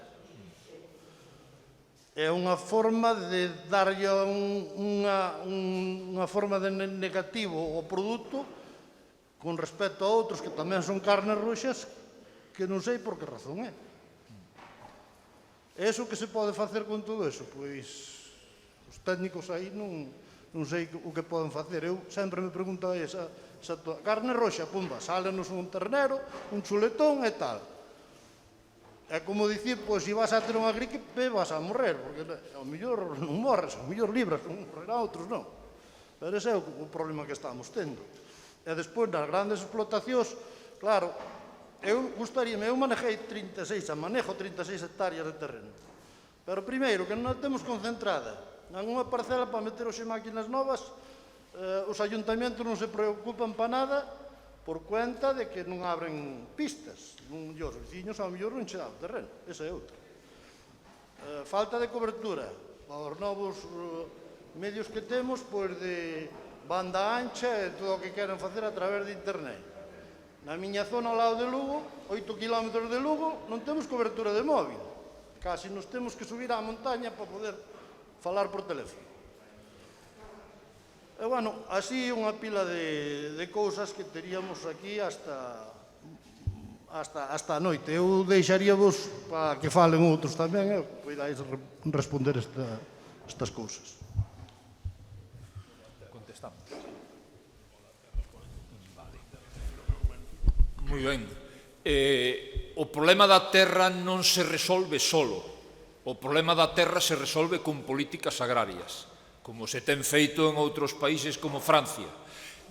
Vos non sodes os que vos debedes de enfrentar a un veciño que deixou a ganadería e agora planta eucaliptos, porque son problemas entre veciños. Aínda que iso con certos matices.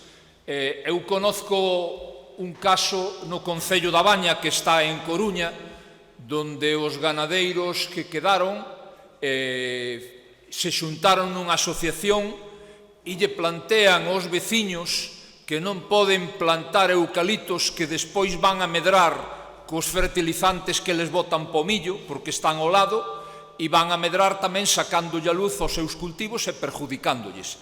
E nese caso conseguiron un acuerdo en boas condicións cos veciños, porque non foi un enfrentamento dun veciño contra outro, senón foi que un grupo dos veciños, dos que precisamente dan vida aos seus lugares e que son de xente máis xoven e que axuda precisamente a esas persoas maiores que son os que abandonan, viron que é bon levarse ben cos veciños e resolveron o problema entre eles. Pero ese normalmente é un problema que debe resolver a política agraria, de decir onde se pode plantar e onde non se pode. As terras que foron de cultivos e de prados foron terras que heredamos do traballo dos nosos maiores, que fixeron o despredregado, melloraron esas terras durante ano e non é cuestión agora de volvelas a unha plantación cando se necesitan para outros. E entonces, iso é o que debía de ter feito a Xunta fai máis de 20 anos e que non se fixo e que agora se trata de facer ca nova lei que, aínda que chegue tarde, hai que tratar de usala. E precisamente o que non ten sentido é moitas veces que en zonas de concentración onde se fixeron investimentos importantes que despois estean as terras abandonadas.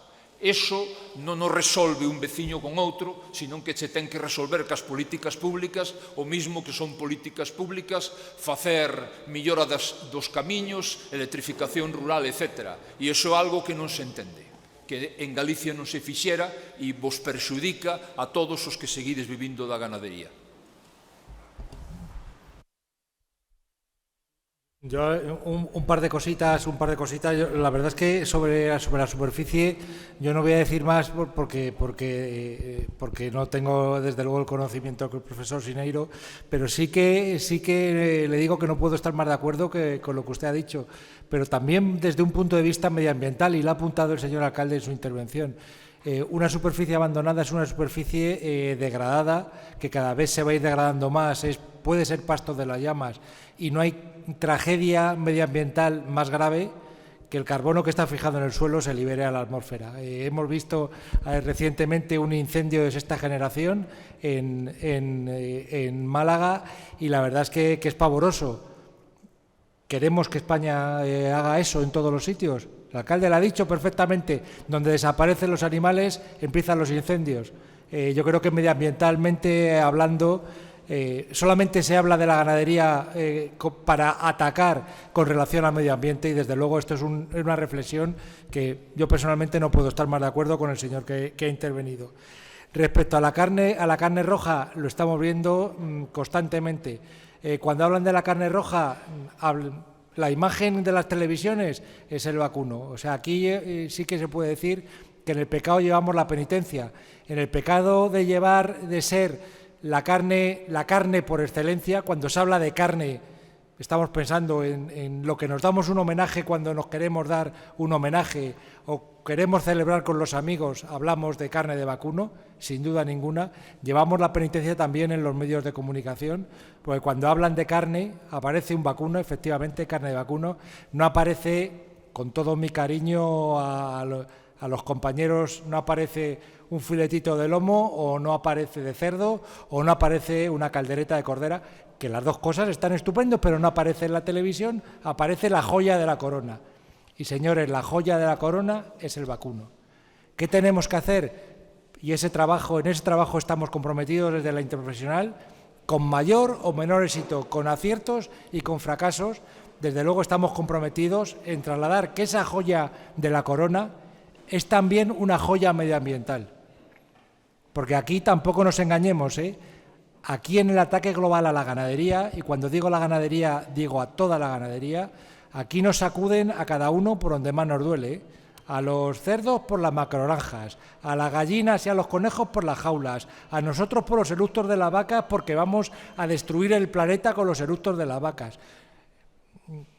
¿En qué cabeza cabe? Bueno, pues en el señorito de Madrid o en el estudiante de Madrid que no ha visto un animal en el pueblo en la vida, pues piensa eso. Y para eso estamos trabajando, y tenemos que trabajar mucho y más, y para cosas como estas fue en su día creada la interprofesional, y yo creo que todas las interprofesionales estamos comprometidas a trabajar en esta cuestión.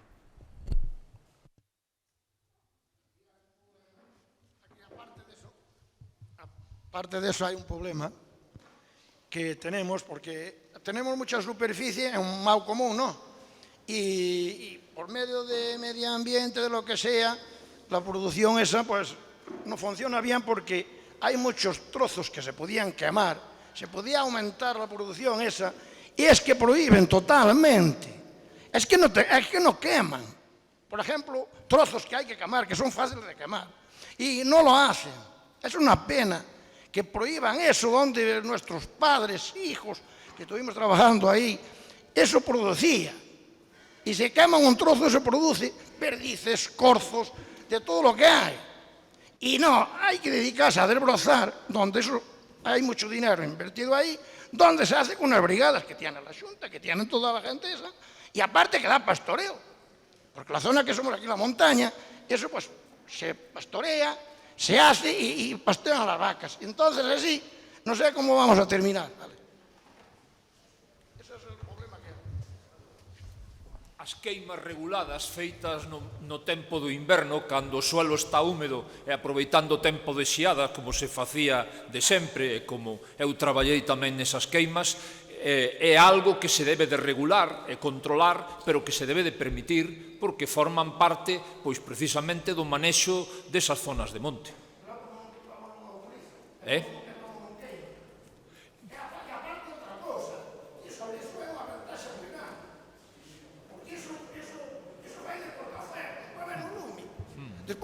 Despois ven o lume, e claro, pasa, hai brigadas, helicópteros, ven todo aí, é un montón de gastos, e eses cartos, non sei, de 20 hectáreas, pois 40, por exemplo, bueno, eso non é o problema. Pero aí ven o problema, despois ven o lume, hai que apagar, hai que prevenir un pouco antes, que é unha pena que iso funcione desa maneira. Para mí é unha pena moi grande. Porque hai trozos que se poden queimar controlados, sin problema ningún. E que despois ven o lume, queima esos trozos que había que ter queimado e metes ao arboledo. Despois, claro, de gracias a problemas, hai que evitar un pouco, hai que funcionar un pouco ben. Para min, hai que intentar funcionar un pouco ben. Non perder o que tiñamos de antes. Porque a xente de antes era moito máis inteligente, verdad? Arrancaban cepas daquelas, movían, agora non poden mover un trapo, non poden mover unha garrocha, unha cepa desas. Antes queimaban os trozos, arrancaban leña po lume, iso daba riqueza. Pero agora prohíbenche todo, pois a ver de que queremos vivir. Iso hai que funcionar, e iso que está na administración ten que pensar de que hai que vivir de alguma maneira. Non, un señor, claro, un señor está sentado aí, está todo llano, perfectamente, hai que ver se vive aí. Pero hai que andar ao monte, hai que colaborar un pouco máis cos veciños, e máis que as zonas rurales, que bastante triste é. Os nosos fillos non poden quedar. Eu teño un fillo con 22 anos, encanta isto, pero é que non pode quedar. De que queres que viva ese fillo? Entre seguros, é unha cousa, a outra non dá. Partirán que tiñas 20 vacas ou 30 vacas, pero que se ten 30 vacas, claro, a inversión tamén, claro, que pagas de pienso, tens que pagar máis. Quedamos casi na mesma. O que hai que evitar é o menos traballo posible, porque non sacas nada, entonces evitar o menos traballo posible. Vale, gracias. Se o que di precisamente é que hai que distinguir entre os incendios como un peligro e o que era un manexo habitual do monte, que eran as queimas por trozos, un ano unha parte, outro ano outra, que iso forma parte da prevención e de evitar despois os lumes de verano, que esos son os peligrosos.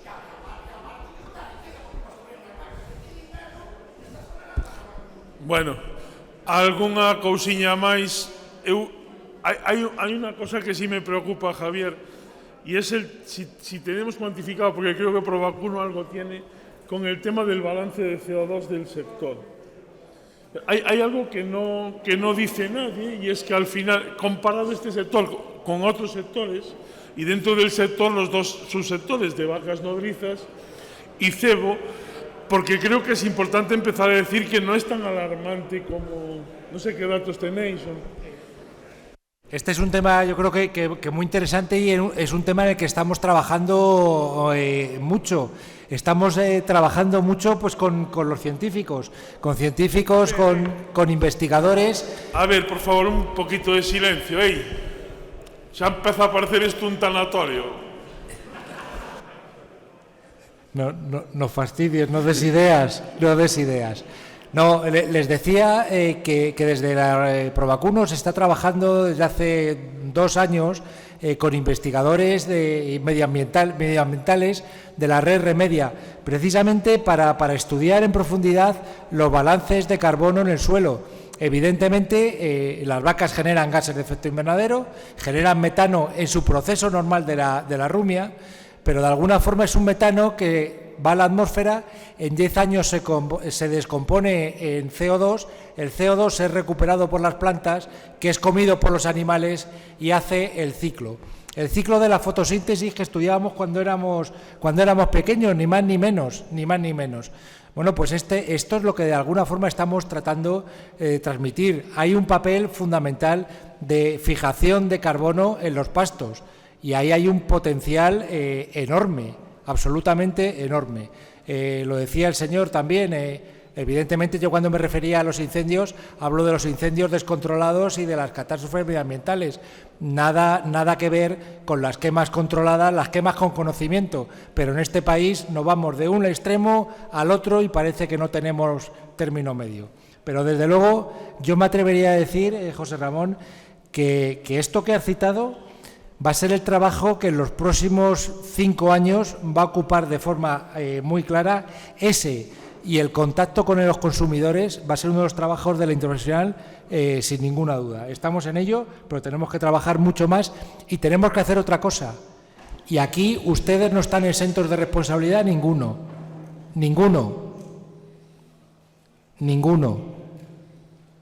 que es el de transmitir al consumidor cuál es la realidad. Nosotros le vamos a dar las herramientas y estamos obligados a darle las herramientas, pero todos ustedes todos ustedes, los que siguen hablando ahora, todos ustedes son los primeros responsables porque les va la vida en ello, porque les va el negocio en ello. Son los primeros responsables en cuanto van a los bares y oyen una burrada, decir, oye, no, ¿qué me estás diciendo? ¿Qué está la realidad? ¿Cuál es nuestra responsabilidad de las organizaciones, de Provacuno, de todos? Es darle a ustedes las herramientas y el conocimiento para poder decir, tengo el mejor producto del mundo. ¿Por qué es el mejor? Porque te da placer al comer y porque medioambientalmente hablando es lo mejor que hay. Estos son los argumentos que tenemos que darles y desde luego yo no dejo de pedir la colaboración de todos ustedes. Debemos ser la primera red de venta de nuestro producto. Nadie va a hacer nuestro trabajo por nosotros, ¿eh? Nadie. Bueno, pues damos por concluidos los trabajos de esta mesa. La siguiente, que me imagino que es más técnica y también más interesante o igual interesante, que son los temas de la PAC, que pasen ya y seguimos. Gracias y hasta.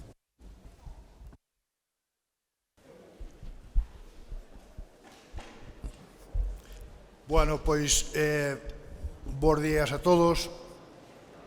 Vamos a empezar a segunda mesa, que seguro que é moi interesante, porque é o gran debate que temos nestes tempos, desde xa fai un tempo, que é cal vai ser a nova situación das axudas da PAC. Hasta onde eu sei, non está nada cerrado, pero sí está en moitos elementos moi avanzado. Falta seguramente unha parte importante por empezar incluso a negociar, que é o segundo pilar, pero no primeiro pilar hai moito avanzado. Eu espero que non estea cerrado de todo, porque hai cuestións que non nos gustan, pero en todo caso, vamos primeiro a conocer no sitio onde está e logo abriremos un debate. Contamos, pois, por un lado, con Javier Alejandre, que é un compañeiro da UPA, moi conocedor e que participa na mesa de negociación, e por outro lado, con José Luis Agüero, que é o subdirector de Produción Gandeiras, que igualmente nos vai facer unha exposición de cal é a situación e trataremos de preguntarlle que é o que está cerrado e o que non.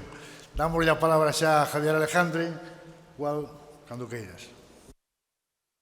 Buenos días. Muchas gracias por asistir a la jornada y yo voy a hacer una primera aproximación a lo que está ahora encima de la mesa.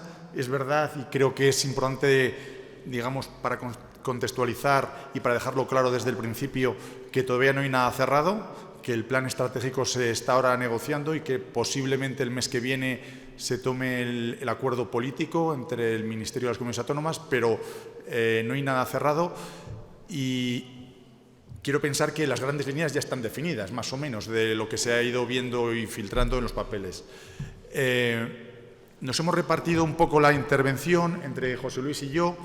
Yo voy a hablar un poco más de temas horizontales generales y José Luis se centrará más en los aspectos más sectoriales, más específicos, donde se puede uno ver más representado como sector ganadero de vacuno de carne. Mi intervención va a ser una intervención técnica descriptiva. Después los análisis o las consideraciones más sindicales y de valoración pues las podemos hacer o bien al final en las intervenciones o bien los compañeros de Unión, Roberto y demás, o Javier como moderador, y podemos introducir esos elementos más de análisis y valorativos. Aquí, insisto, voy a hacer una intervención más bien descriptiva. Y antes sí, me gustaría también contextualizar en qué momento nos encontramos.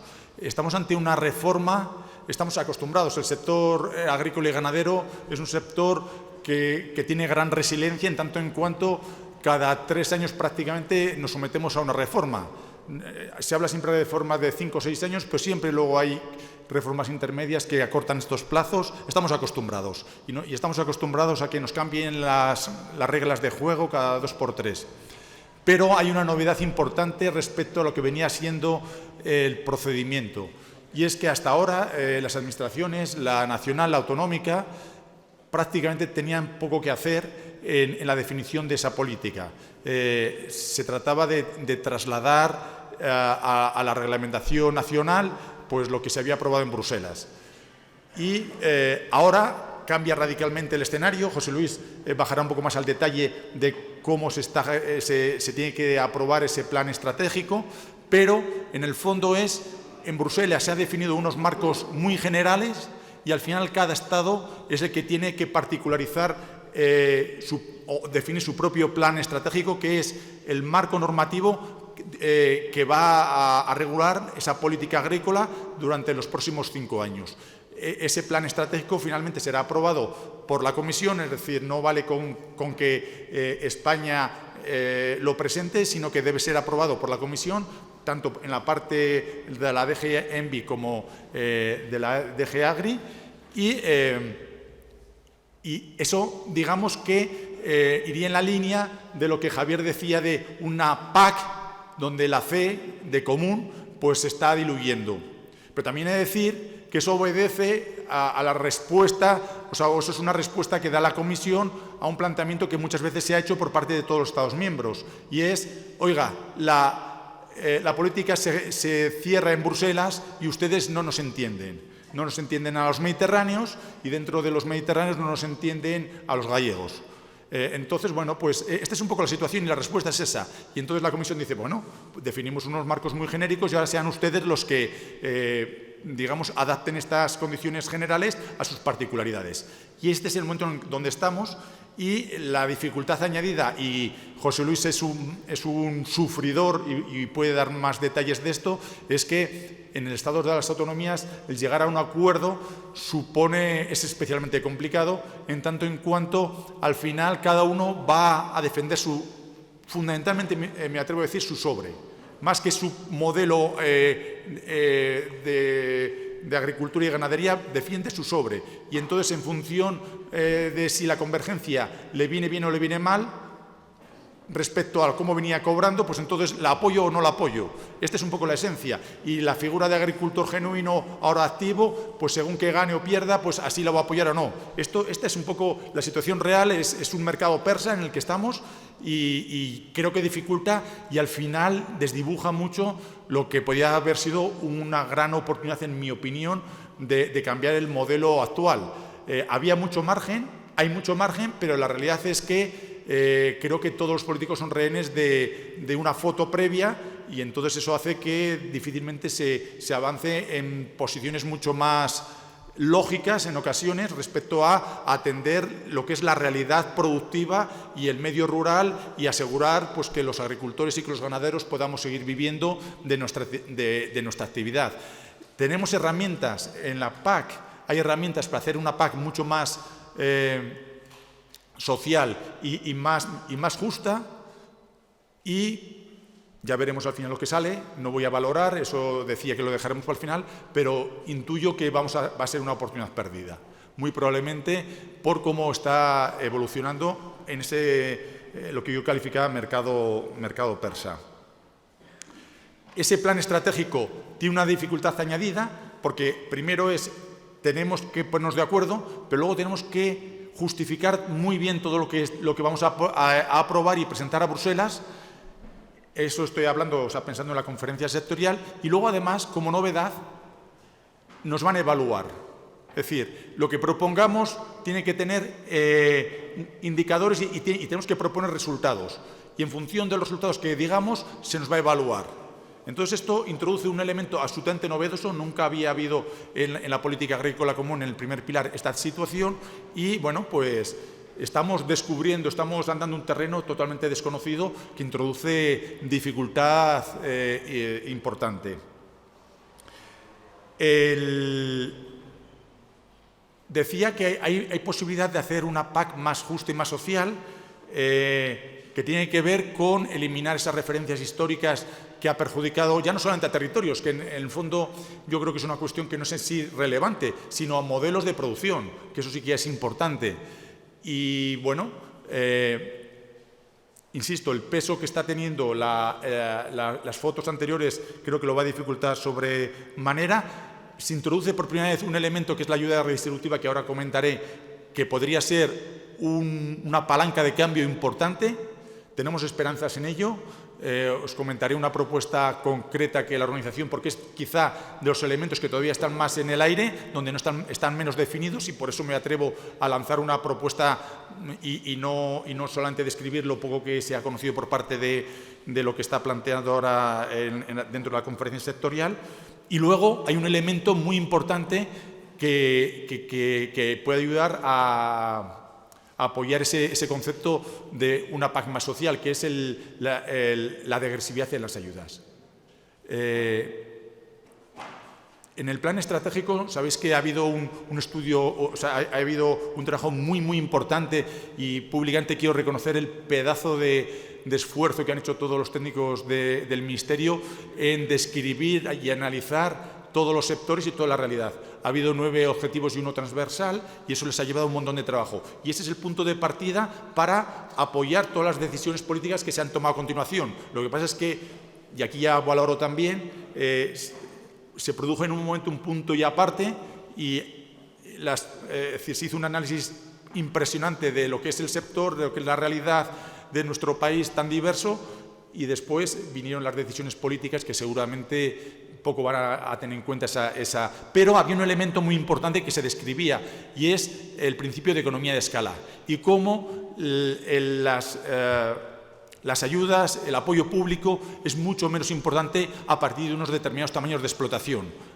A partir de unos determinados tamaños de explotación, la economía de escala lo que permite es que explotaciones con 100, 200 vacas sean mucho más eficientes que explotaciones con 20, como decía Sineiro, y con el objetivo de llegar a 50. Eso es así, y entonces eso justifica este principio que para nosotros es fundamental, que es el de la degresividad, y que pensamos que se puede aplicar, tal como está la reglamentación, tanto en el pago redistributivo, en los ecoesquemas y en las ayudas acopladas. Entonces, bueno, pues eso define un terreno de juego que permitiría acercar más la realidad de la nueva PAC a la realidad social que todos conocéis. Ya veremos al final ese encaje de bolillos que se está haciendo ahora dentro de la conferencia sectorial, dónde nos lleva. Bueno, hasta aquí es el análisis más, la pincelada que quería hacer más de análisis sindical de lo que en el momento en el que nos encontramos, y ahora voy a la parte puramente descriptiva, donde, bueno, pues os voy a comentar esos elementos, como decía, más horizontales que afectan a la política agrícola, y que entiendo es importante que vosotros conozcáis, porque, bueno, creo que os ayudarán a tomar decisiones, o deberíais tenerlos presente a la hora de tomar decisiones en los próximos años.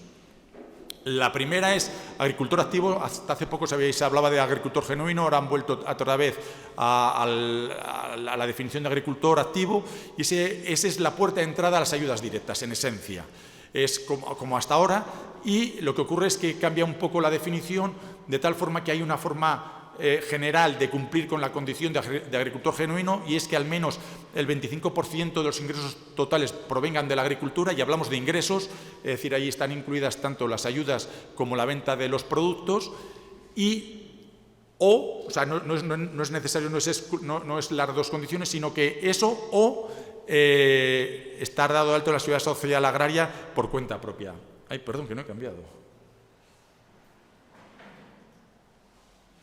Ahí. ¿Vale? Esa sería la vía o la llave o la forma de entrar o de cumplir la condición de agricultor genuino, pero también se ha considerado que se va a atender la figura de la pluriactividad.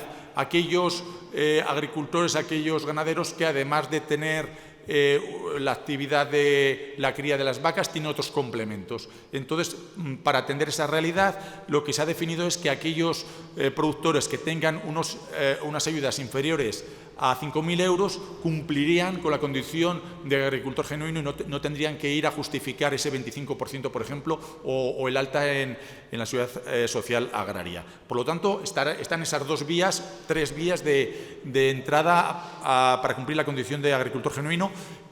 Esto supone que la figura del régimen de pequeño agricultor desaparece y bueno, pues esa especie de gueto que había hasta ahora de un sistema que era muy restrictivo, facilitaba algunas cuestiones, pero era muy restrictivo respecto a otras, desaparece y se mete dentro del sistema general por la vía de la pluriactividad.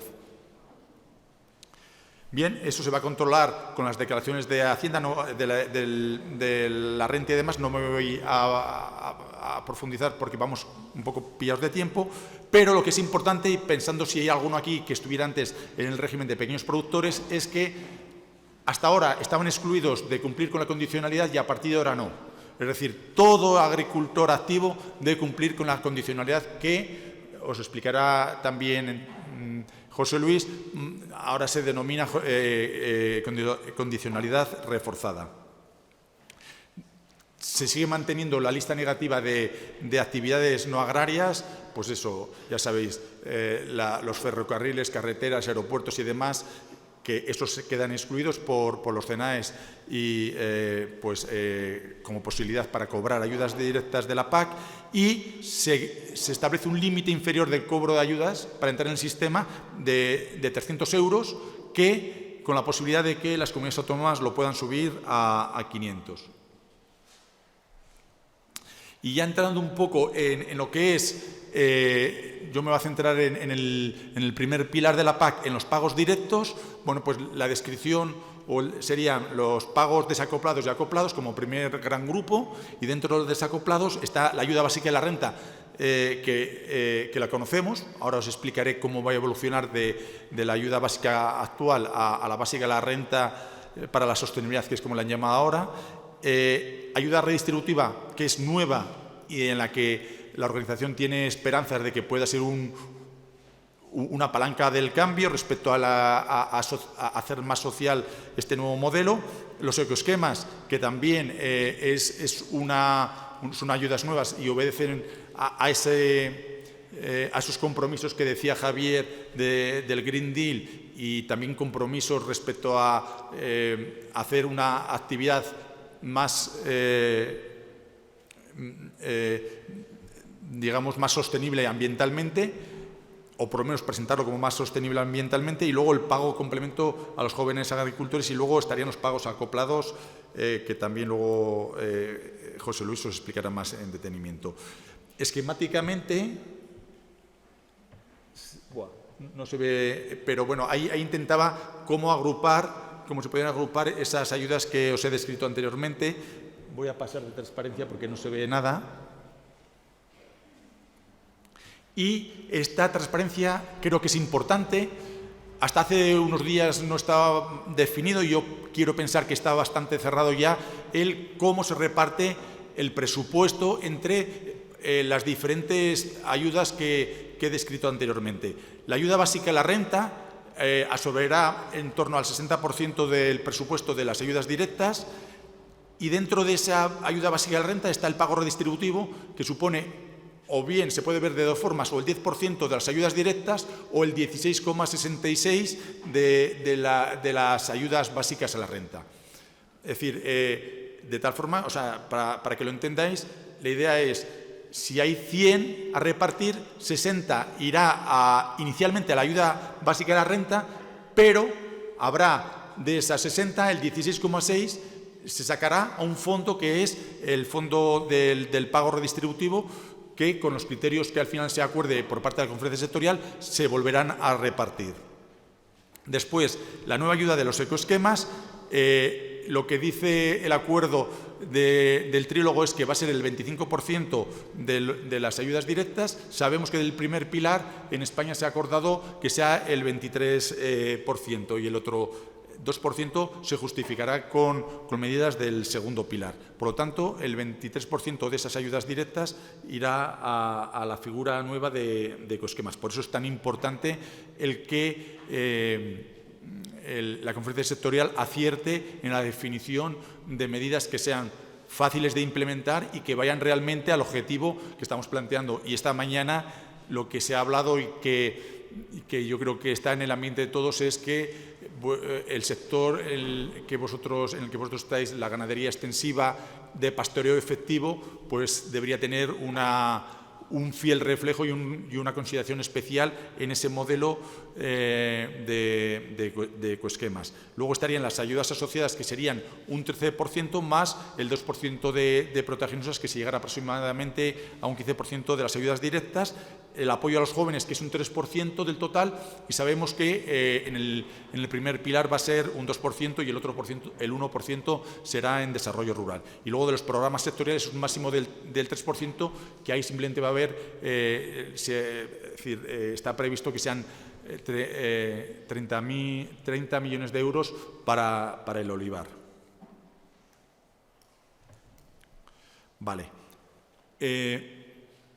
La principal ayuda, como hemos visto en esa distribución, es la ayuda básica a la renta. Y, para que me entendáis, es la ayuda básica que tenemos actualmente evolucionada teniendo en cuenta varias cuestiones que van a afectar, es decir,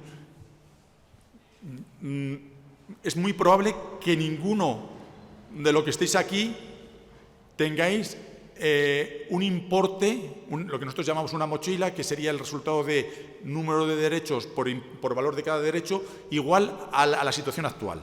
Va a cambiar.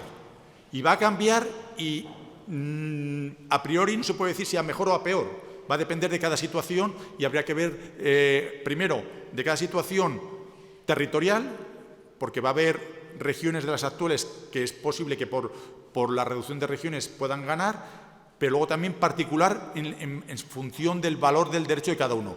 ¿Por qué digo esto? Porque la transición del sistema actual al nuevo tiene que ver mucho con la reducción de las regiones. Ahora tenemos 50 regiones, 51, y vamos a pasar a 20 regiones, que ahora hablaremos sobre ello, y después una convergencia dentro de cada una de las regiones.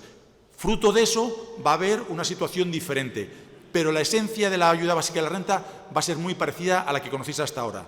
Se nos van a asignar unos derechos nuevos en el año 2022 y a partir de ahí, pues, se calculará el valor de ese derecho, que será otra vez, pues como lo que tenemos ahora. Van a ser diferentes el valor, pero ahí se producirá una convergencia hacia un valor medio regional que sabemos que va a ser diferente, seguro, al de la región donde estemos ahora, simplemente por esa reducción de regiones que vamos a tener.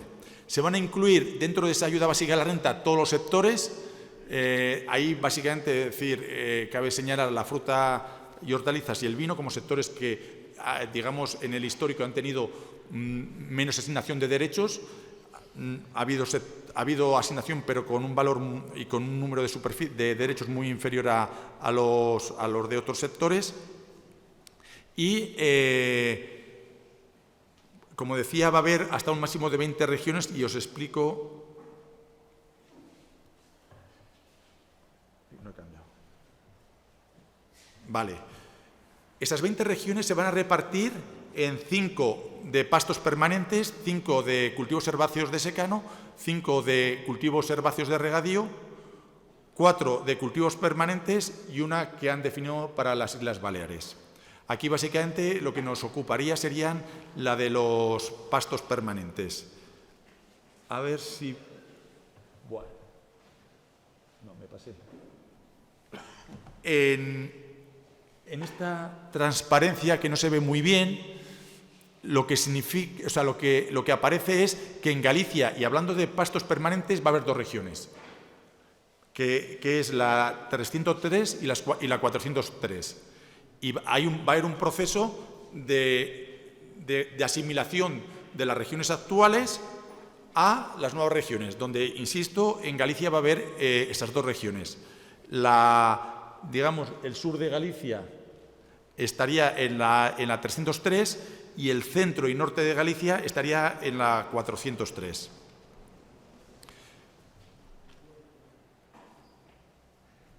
Ahí no se ve, pero un primer cálculo de los valores medios regionales, ya de esas regiones, sería, para la 303 sería 123,83 euros y para la 403 162,86 euros. Y ambas cifras sería la suma de la ayuda básica de la renta más el pago redistributivo. Si hablamos antes de la ayuda básica a la renta, vamos a centrarnos en la 403, que es la que yo entiendo que es donde estaríamos aquí. Estaríamos hablando de 135,75 euros como valor medio regional, y en función de cómo se vaya a aplicar la ayuda básica de la renta, aquí la aproximación que hicieron, esto es un papel de los que han estado moviendo con las comunidades autónomas, ahí se hablaba del 50% que se podría asignar como incremento a las primeras hectáreas por la vía del pago redistributivo. Eso significaría que pasarían a las primeras hectáreas a tener un importe de 203,62 euros. Ahora se está hablando que ese 50 va a ser un 40. O sea, con esto lo que os quiero transmitir es que estas cifras cogerlo simplemente como una indicación de por dónde van los tiros y cuál va a ser el proceso de reducción de regiones. Y en ese proceso, insisto, habrá regiones que ganarán y otras que perderán necesariamente, porque al final lo que ocurre es que la nueva región, el valor medio, será el resultado de la media proporcional de las regiones que han confluido a esa nueva región.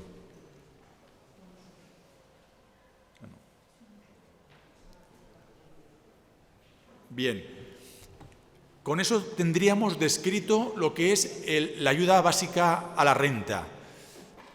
Esa ayuda básica a la renta, sabéis que la reglamentación permite que se le establezca unos límites, y ahí es donde vamos a la idea que yo decía antes de hacer una PAC más social, en tanto en cuanto las ayudas deben ser para asegurar que los agricultores, que los ganaderos vivamos en el territorio y vivamos de nuestra actividad dignamente. Y uno de los mecanismos que aparecen es el capping, que es el techo de las ayudas.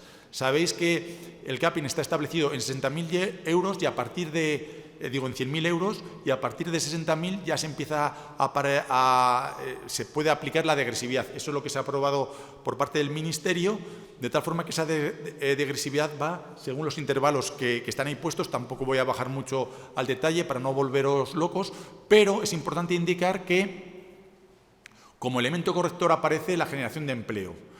Y ahí se puede incluir para, digamos, descontar respecto a las ayudas del pago básico, insisto, pago básico, que es el 60% de los posibles ayudas directas, el 60%, por no perder de perspectiva esas cifras, que entiendo que son escandalosas desde una perspectiva de aquí de Galicia, pero es que además, insisto, es el 60%, que lo hace todavía más exagerado. Se pueden descontar, como decía, los costes laborales y los costes de las empresas de servicio.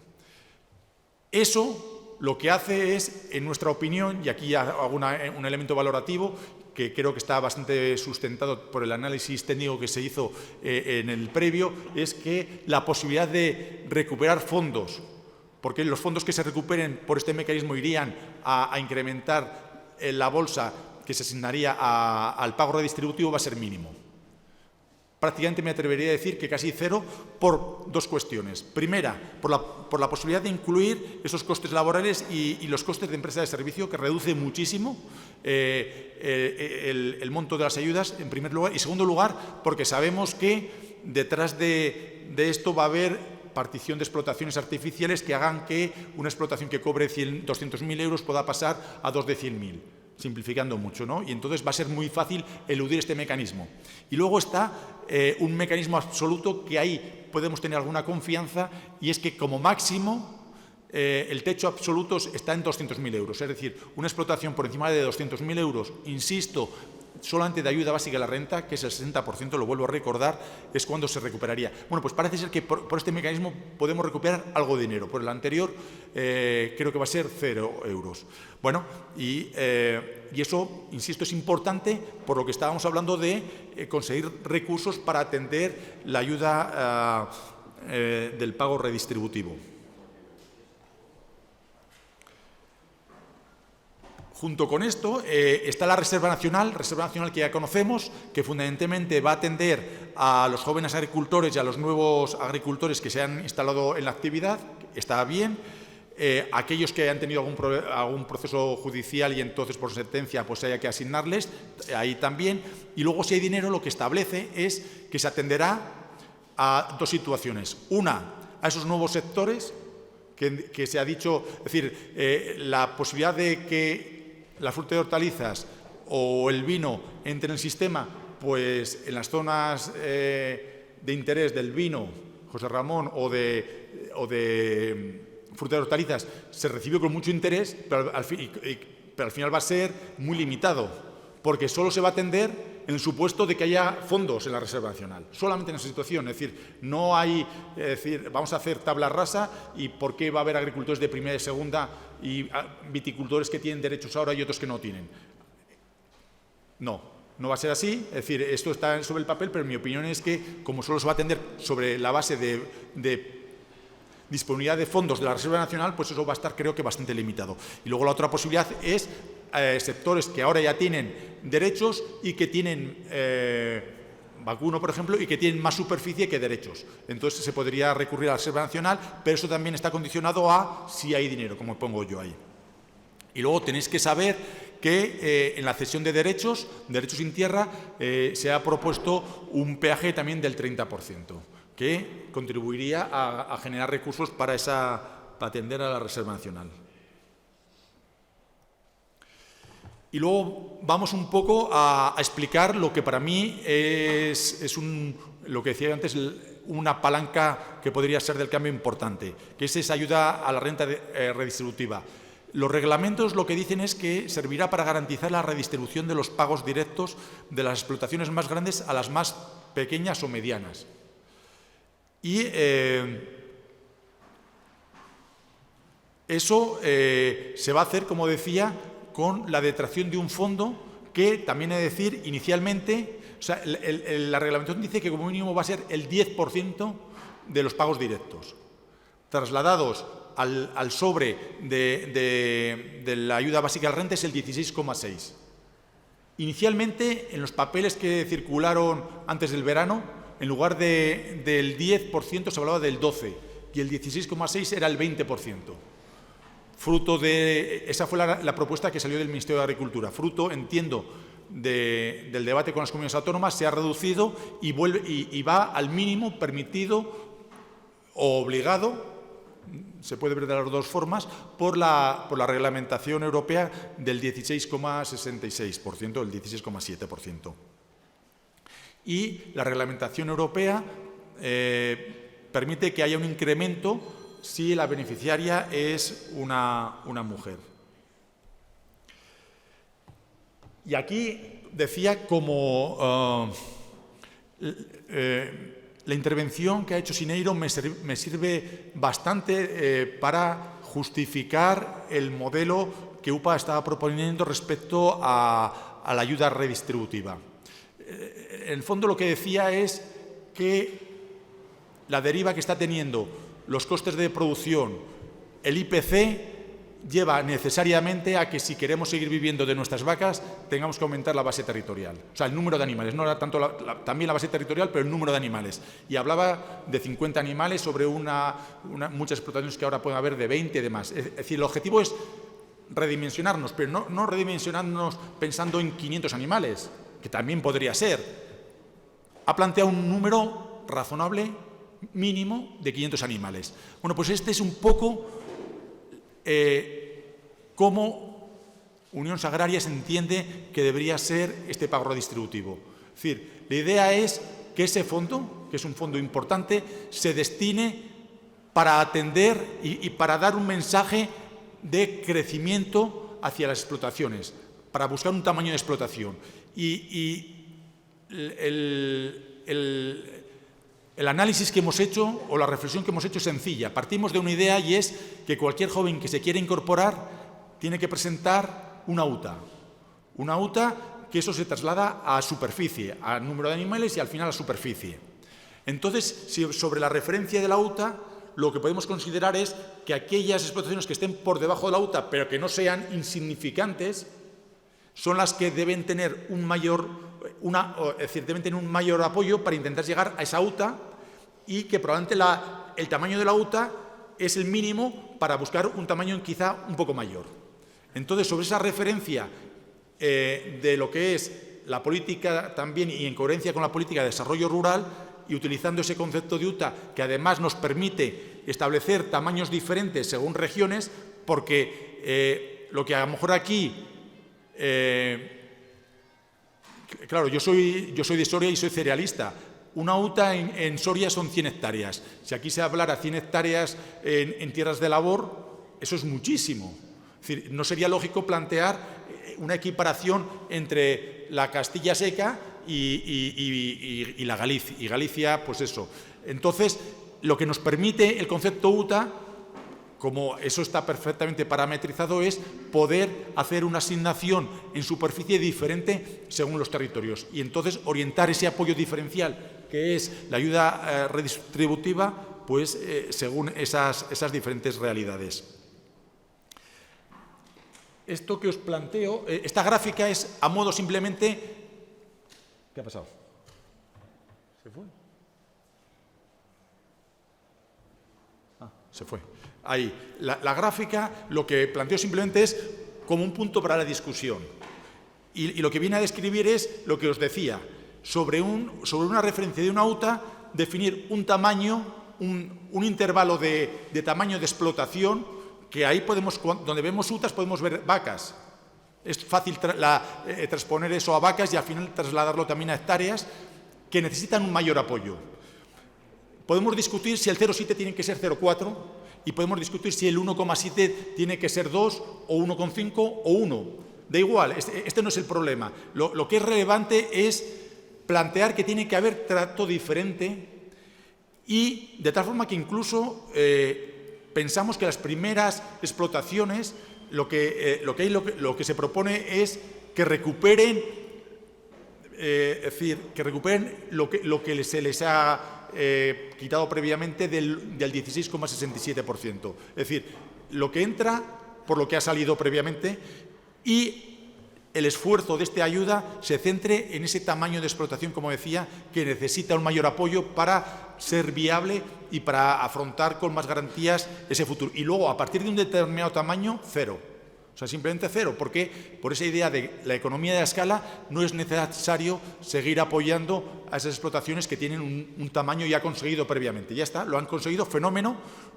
Simplemente lo que tenemos claro es que para asegurar que el rural siga teniendo gente, pues lo que necesitamos son explotaciones que debemos redimensionar. Y pensamos que una política de futuro y de presente para conseguir eso podría ser esto, y este es un poco el modelo que hemos planteado al Ministerio, y no sabemos hasta qué punto lo van a poder hacer, lo van a recoger, pero bueno, esa es nuestra idea. Porque lo que salió de conferencias sectoriales es ayudar a las primeras hectáreas, sin decir más. ¿Qué son las primeras hectáreas y cuánto? No se concretaba y pensamos que es mucho más interesante centrarnos en ese estrato que creo que es el que necesita ser más apoyado. Vale, y yo ya estoy terminando esa descripción general que os decía de la PAC, hablando de la ayuda a los jóvenes, que, bueno, en esencia es bastante parecida a lo que hay hasta ahora. Lo que ocurre es que hasta ahora lo que hablaba era que podía contar con hasta un 2% del presupuesto y ahora lo que se dice es que tiene que ser el 2% de las ayudas directas ser destinadas a los jóvenes, que son, el requisito se sigue manteniendo hasta 40 años, tendrá un apoyo extra desde el momento que se incorpora de 5 años y la diferencia es que ahora lo que se producía era un incremento del valor de derecho del 50% y ahora va a ser del 100%. O sea, va a haber más ayuda y con un incremento también adicional si la que se incorpora es una mujer.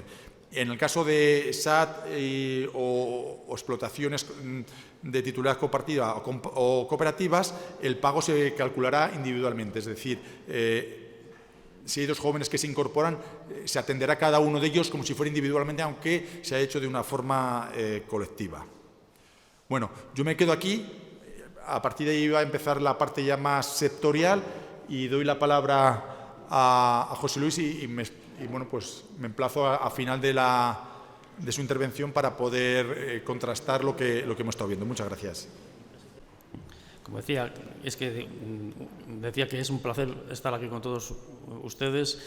hemos venido desde Madrid. Yo agradezco a la organización y a todos los colaboradores de esta jornada que nos hayan traído aquí, nos hayan sacado un día de las oficinas y bueno, pues estar con todos ustedes ahora mismo aquí en modalidad presencial.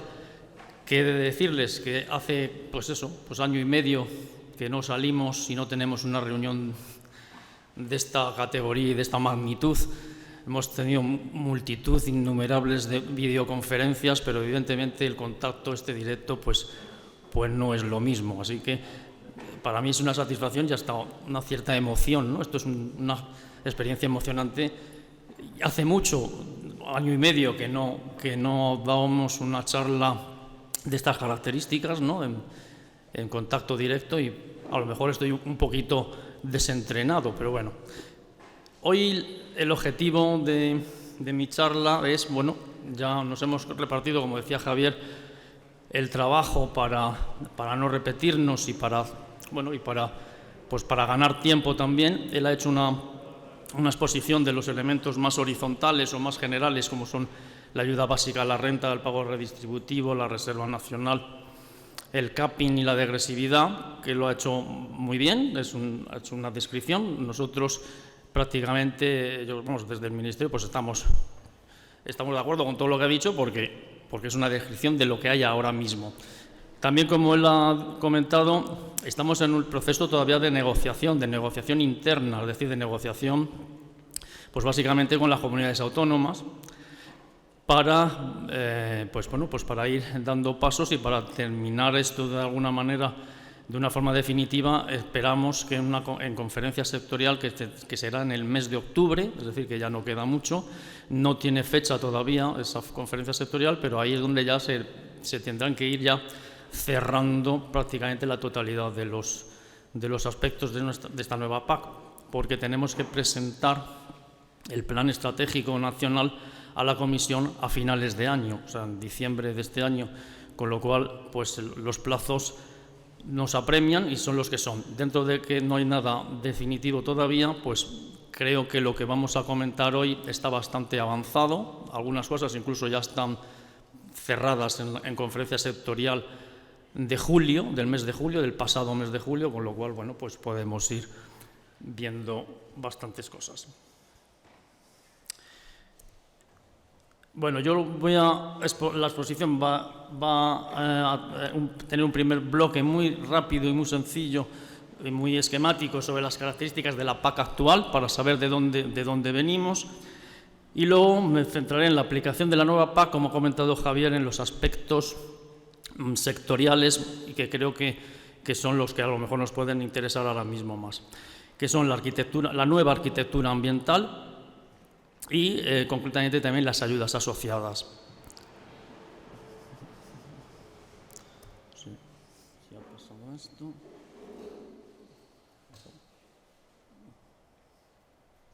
Empezamos con la PAC actual.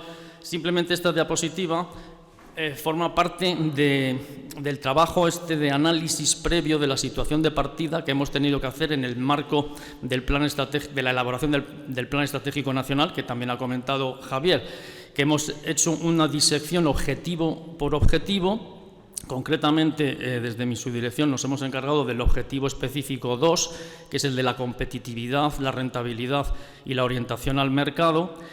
Y hemos hecho una ficha para cada sector ganadero, porque nosotros, bueno, no solamente nos hemos encargado en este objetivo de la ganadería, y está publicado en la web nuestra del Ministerio. Yo creo que es un trabajo, pues creo que muy exhaustivo y creo que muy emocionante también para nosotros haber hecho esta disección de la situación de partida, en donde hemos incluso aprendido un montón y donde creo que hemos hecho una descripción, pues me atrevería a decir que extraordinaria, ¿vale? ¿No? Y que creo que puede aportar mucha información y conocimiento sobre los sectores.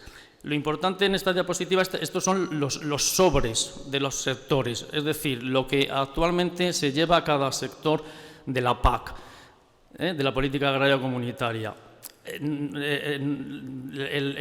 La descripción de cada sector y la disección de los distintos sectores pues lleva toda una metodología técnica, ¿no? basada en conceptos técnicos, pero creo que hemos alcanzado una disección, una identificación de cada sector bastante solvente, y creo que hemos conseguido el objetivo de que cuando estamos hablando, por ejemplo, del sector de la vaca nodriza, realmente nos estemos refiriendo a los perceptores e integrantes en este sector. Son los dos circulitos rojos que ven aquí abajo, bueno, no sé, creo que se aprecia. Uno es el de la vaca nodriza, aunque está descrito como resto del vacuno de carne, porque así se describen las orientaciones técnico-económicas, pero es la vaca nodriza.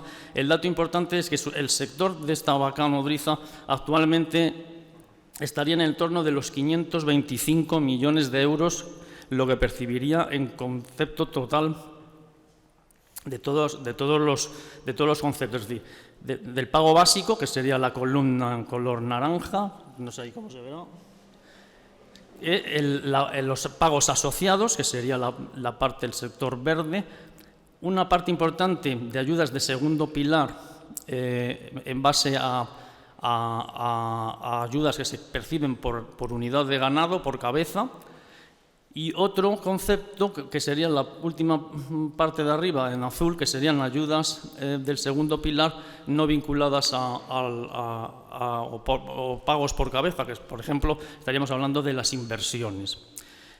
En el segundo circulito, que está más a la derecha, estaría el vacuno de cebo, que tiene también un sobre importante cercano a los 190 millones de euros, en donde el bloque fundamental también son los pagos desacoplados, es decir, lo que ahora llamamos el pago básico, y los pagos acoplados, las ayudas asociadas. Es decir, este sector del cebo participa mucho menos, o prácticamente no participa prácticamente nada, del segundo pilar, a diferencia del subsector de vaca nodriza, que sí que tiene una mayor participación en el segundo pilar. Esto ya va a la tercera, pero va.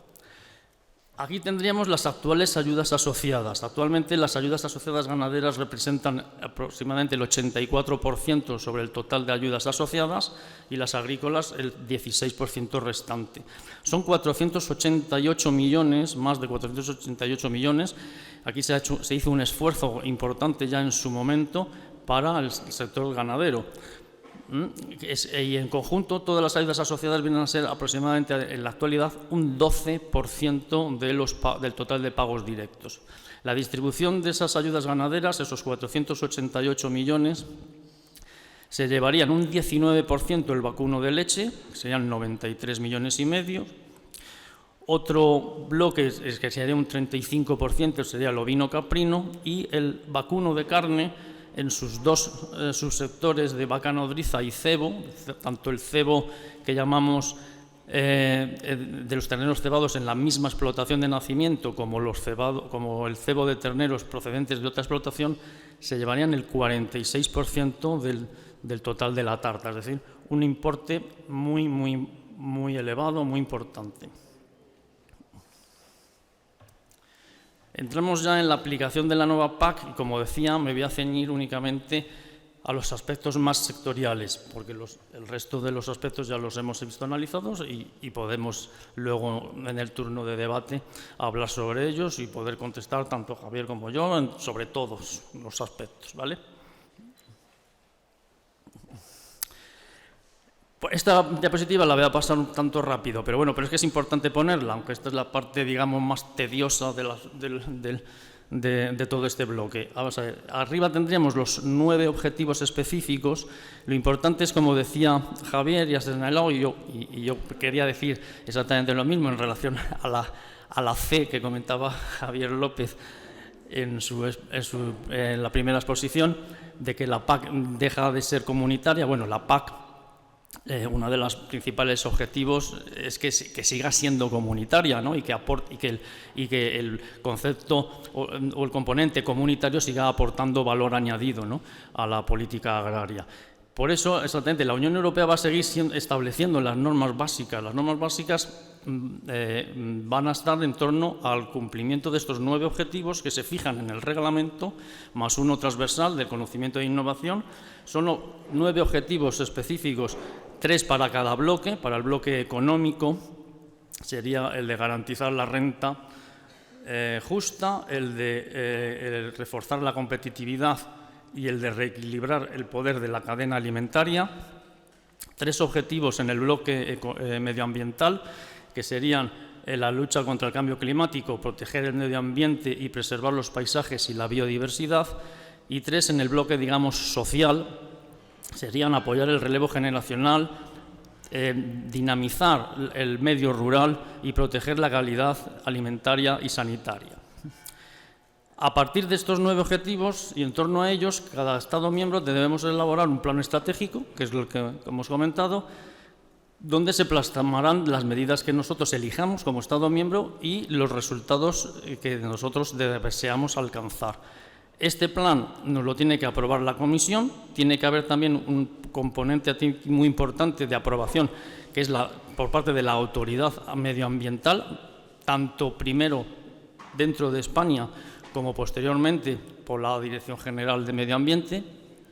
Es decir, que si a nuestro Ministerio de Transición Ecológica no le convence la ambición medioambiental que van a alcanzar nuestros ecoesquemas, pues nos puede echar atrás nuestro propio plan. Por tanto, el componente medioambiental es fundamental aquí tenerlo en cuenta y no olvidarlo. El proceso es el que vemos abajo. Hemos empezado con el análisis de la descripción de la situación de partida, que comentaba. Hemos hecho luego la fase de la evaluación de necesidades priorizadas y después el diseño de las intervenciones, es decir, las intervenciones que tienen que dar respuesta a esas necesidades que hemos detectado. Y esa es la fase en la que nos encontramos ahora mismo, diseñando las intervenciones. Y en esas intervenciones, tanto de primer pilar como de segundo pilar, es en donde nos estamos fajando con todas las comunidades autónomas en la negociación. Como ha adelantado Javier, efectivamente, pues la negociación no es fácil, porque las realidades de la agricultura y la ganadería en España son muy diversas y no tienen nada que ver en una comunidad autónoma con otra, y bueno, pues hay tensiones y alcanzar un acuerdo pues está siendo bastante complicado, pero al final, bueno, el otro día en la última reunión ya que tuvimos, ya vimos una rendijilla de luz al final del túnel en donde podemos lograr algún acuerdo. Al acuerdo al que estamos obligados a alcanzar. Bueno, esto es el presupuesto, 47.724 millones. Decir simplemente, bueno, pues que se ha mantenido en unos niveles bastante aceptables con respecto a los niveles de presupuesto actual. Este es el bloque, el segundo bloque cuadro que hay abajo, es lo que llamamos las cajas, que ya las ha comentado también Javier, el reparto en los distintos elementos o intervenciones del techo del montante total de todas las ayudas directas, el 60% para la ayuda básica a la renta, el 2% para jóvenes, 23% para ecoesquemas, un 12,43% para ayudas, o sea, las ayudas asociadas se componen del 12,43 más 1,95 para los cultivos proteicos. El reglamento prevé que las ayudas asociadas sean lo que llamamos el 13 más 2, es decir, un 13% para el conjunto de ayudas asociadas más un 2% exclusivamente para medidas del plan proteico. Muy importantes estas medidas del plan proteico para la ganadería, porque lo que persiguen precisamente es mejorar o avanzar en la autosuficiencia en proteína vegetal para la ganadería.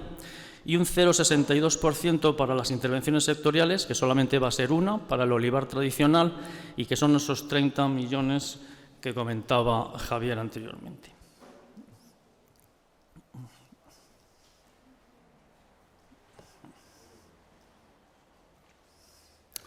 Bueno, voy a entrar en la nueva, lo que hemos llamado nueva arquitectura ambiental o la arquitectura ambiental. Sabes que una de las señas de identidad de esta nueva PAC es precisamente el componente medioambiental. Tenemos que avanzar en el aspecto del medio ambiente, en los aspectos climáticos, sí o sí, y porque es un imperativo y, como digo, la seña de identidad y de legitimidad, digamos, de esta nueva reforma. La arquitectura ambiental se compone de una condicionalidad reforzada, es decir, un conjunto de medidas que son obligatorias para todos los agricultores y ganaderos que quieran acceder al sistema de ayudas directas, que luego veremos, pero tampoco me voy a detener mucho en este tema. Está el siguiente elemento, que son los famosos ecoesquemas, medidas del primer pilar, que son obligatorias ponerlas en marcha para los Estados miembros, pero son voluntarias de acceder a ellas para los agricultores y ganaderos. Lo que pasa es que, como ya hemos dicho, los ecoesquemas van a representar un porcentaje importantísimo del total de las ayudas directas, 25%. Y esto quiere decir que, bueno, pues que efectivamente hay muchísimo dinero ahí en juego y, por tanto, entendemos que tendrán los agricultores y ganaderos que participar en estas medidas. Luego hablaremos un poquito más en detalle de esto. Sí que es importante decir que los ecoesquemas no son el actual greening, ¿vale? El actual greening tiene un conjunto de medidas relativamente sencillas de cumplir y precisamente por eso en los análisis que se ha hecho de la actual PAC a través del Tribunal de Cuentas y de otros organismos han dicho que la vocación o la ambición medioambiental de la PAC, la que tenemos ahora mismo, pues no ha sido o no fue excesivamente satisfactoria, ¿no? Es decir, se ha quedado corta. Entonces, el greening actual, por el cumplimiento, como digo, de una serie de prácticas relativamente sencillas de cumplir, se cobra un 52 y pico % más del pago básico. Es decir, que si el derecho de un agricultor o ganadero en la región en la que está son 100 euros, pues si cumple los compromisos de greening, cobra de pago básico 152. Esto ya lo sabemos, ¿no? El 30% que se destina a greening, al final va casi a la bolsa también del pago básico. En los ecoesquemas no va a ser así. Los ecoesquemas van a ser un conjunto de prácticas que ahora mencionaré. El que la cumpla va a cobrar el importe unitario por hectárea que corresponda a esa práctica, ¿vale? La que sea. No es proporcional a lo que se percibe de pago básico, ¿vale? Luego, también dentro de la arquitectura ambiental, otro bloque importantísimo es el de las medidas agroambientales y climáticas del segundo pilar, es decir, del desarrollo rural, de los cuales yo no voy a hablar en mi intervención porque el segundo pilar pues, no me compete, no son competencias mías. Simplemente decir aquí que la compatibilidad entre los ecoesquemas y las medidas agroambientales y climáticas del segundo pilar tiene que ser obligada, es decir, las medidas agroambientales y los ecoesquemas no pueden interferir, no se pueden pisar uno a otro, ¿vale? Porque no podemos entrar en lo que se llama la doble financiación, es decir, pagar dos veces por hacer lo mismo. Por tanto, las medidas agroambientales tendrán que ser medidas que o vayan más allá de los ecoesquemas o sean distintas o persigan diferentes objetivos o tengan otra orientación. Todo esto se tiene que cumplir bajo el principio del no retroceso, es decir, que lo que actualmente cada Estado miembro está contribuyendo a la acción climática y el medio ambiente no puede ir para atrás, aunque cumpla con los porcentajes mínimos exigibles, no puede estar por debajo de lo que actualmente se está haciendo. Eso para España puede ser un poco un tema delicado porque la ambición medioambiental en el segundo pilar ahora mismo es bastante elevada. Todo esto en un nuevo escenario que ya como ha comentado también en la primera intervención, de nuevos objetivos y nuevas estrategias de la granja a la mesa y la biodiversidad 2030 en el marco del Green Deal o del Tratado Verde. Y simplemente comentar bueno, que la vocación medioambiental y climática se debe garantizar a través de la reserva en el presupuesto para estos fines, de tal manera que el 40% de todos los fondos que se destinen a la PAC, primer pilar, segundo pilar, tienen que rendir a estos objetivos, ¿vale? Dentro del segundo pilar sería el 35% mediante unos porcentajes de ponderación para calcular esa contribución, ¿no? Por ejemplo, las zonas con limitaciones naturales contabilizarían al 50%, mientras que las agroambientales computarían al 100%. Y luego ya lo he dicho para los ecoesquemas, ese 25%. Esta la paso muy rápida, es la condicionalidad reforzada. La llamamos reforzada porque va más allá de la actual, ¿vale? Se han metido algunos requisitos, estas serían las buenas prácticas agrarias, algunas se modifican. Por ejemplo, el tema de la rotación y diversificación, pues se va a reforzar, ¿vale? Y en definitiva que las condiciones van a ser un poco más exigentes que la actual. La condicionalidad reforzada, insisto y repito, es la línea de base, es decir, todo lo demás, los ecoesquemas, tienen que ir por encima de esto, y esto a la hora de diseñarlos tenemos que tener en cuenta, ¿vale? Si hacemos un ecoesquema que ahora mismo de rotación de cultivos, tiene que ir por encima de la BECAM 7 de rotación de cultivos. Es decir, si la BECAM dice que hay que rotar en unas determinadas condiciones, el ecoesquema de rotación tiene que ser más exigente que esa línea de base, ¿vale? Y lo mismo para los requisitos legales de gestión, en concreto aquí serían nuevos, la incorporación de la Directiva Marco del Agua y la contaminación con fosfatos, y también nuevo en esta nueva condicionalidad reforzada la Directiva de Uso Sostenible de Fitosanitarios. Esta también la paso rápido. Vamos a ver, es simplemente recordar que hay encima de la mesa nuevas estrategias, nuevos condicionantes, un nuevo contexto que se nos ha venido dado a través de las recomendaciones y lo que se llama el diálogo estructurado con la Comisión, en donde en nuestro plan estratégico obligatoriamente tenemos que atender y tener en cuenta todas estas nuevas estrategias del Farm to Fork y la biodiversidad. Farm to Fork de la granja a la mesa.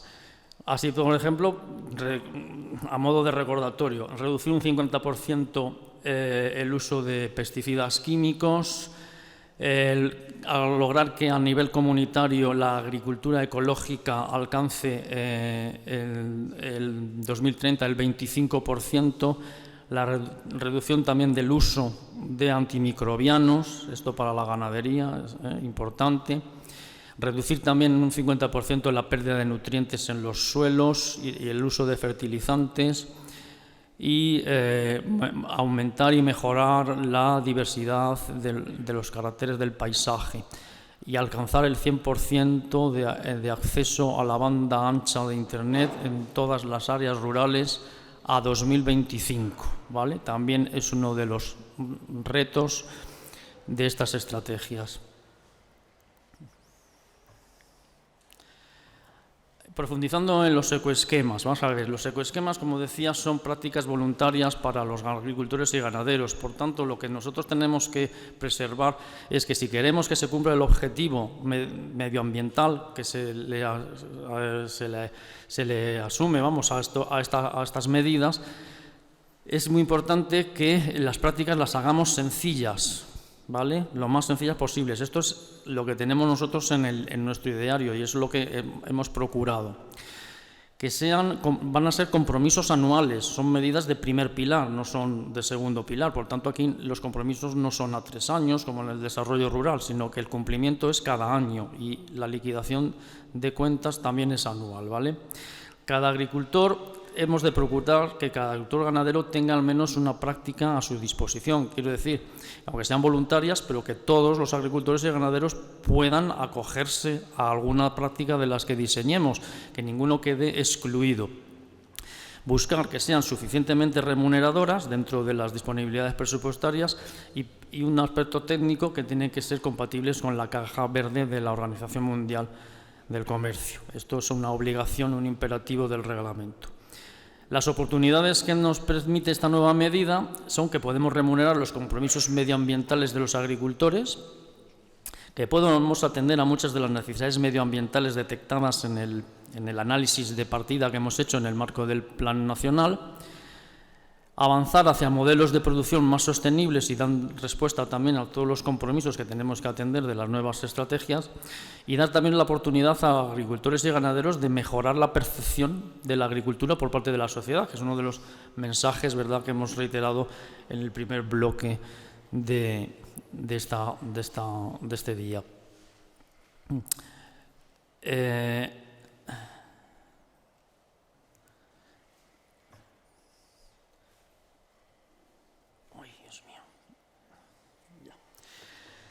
Bien, lo que estamos pensando es en dos ecoesquemas, ¿vale? Los dos ecoesquemas serían el ecoesquema de agricultura baja en carbono. Aquí volvemos a hablar del CO2 y del carbono, y por tanto creo que es muy importante hablar de esto, que esto esté en nuestro plan y que la Comisión vea que efectivamente estamos dando pasos en este camino. Ahora hablaremos. Y el otro ecoesquema es el que llamamos de la agroecología. Dentro de la agricultura baja en carbono, ahí tenemos las 4 prácticas. La primera sería el pastoreo extensivo, está puesto en negrita y con la cabeza de una, que no sé lo que es, si vaca, oveja o qué, pero bueno, es ganado, porque para identificar que esta medida, esta práctica dentro de los ecoesquemas está especialmente destinada al sector ganadero, ¿vale? Ahora hablaremos más en detalle de esta práctica. Aquí estaría también la agricultura de conservación, también estarían las cubiertas vegetales espontáneas y sembradas y la cubierta vegetal inerte, que serían más dirigidas a los cultivos permanentes, mientras que la agricultura de conservación pues, iría más dirigida a tierras de cultivo, tanto de secano como de regadío. Y dentro del ecoesquema de la agroecología tendríamos una práctica que la hemos llamado siega sostenible, que también hablaré luego de ella. Bueno, esta es una práctica que está pensada para la cornisa cantábrica, ¿vale? Y particularmente para el sector lácteo, ¿vale? ¿Por qué? Bueno, porque el sector lácteo parece que quedaba fuera de todo el conjunto de prácticas que se habían diseñado y hemos pensado en esta, luego hablaremos de ella. También dentro del bloque de la agroecología está la rotación con especies mejorantes, y estaba dirigida también a los cultivos, y el de áreas no productivas, que va dirigida a tierras de cultivo, secano, regadío y a cultivos permanentes. Con la agricultura bajo en carbono vamos a dar respuesta también a otra estrategia que ha surgido, la de Fit for 55, que el objetivo fundamental es reducir las emisiones netas de gases de efecto invernadero a nivel comunitario al menos un 55% para 2030, tomando como referencia 1990, y irnos orientando poco a poco hacia la neutralidad climática en este sentido a 2050. Bien, el presupuesto para ecoesquemas serían esos 1.107 millones, que son el 23%.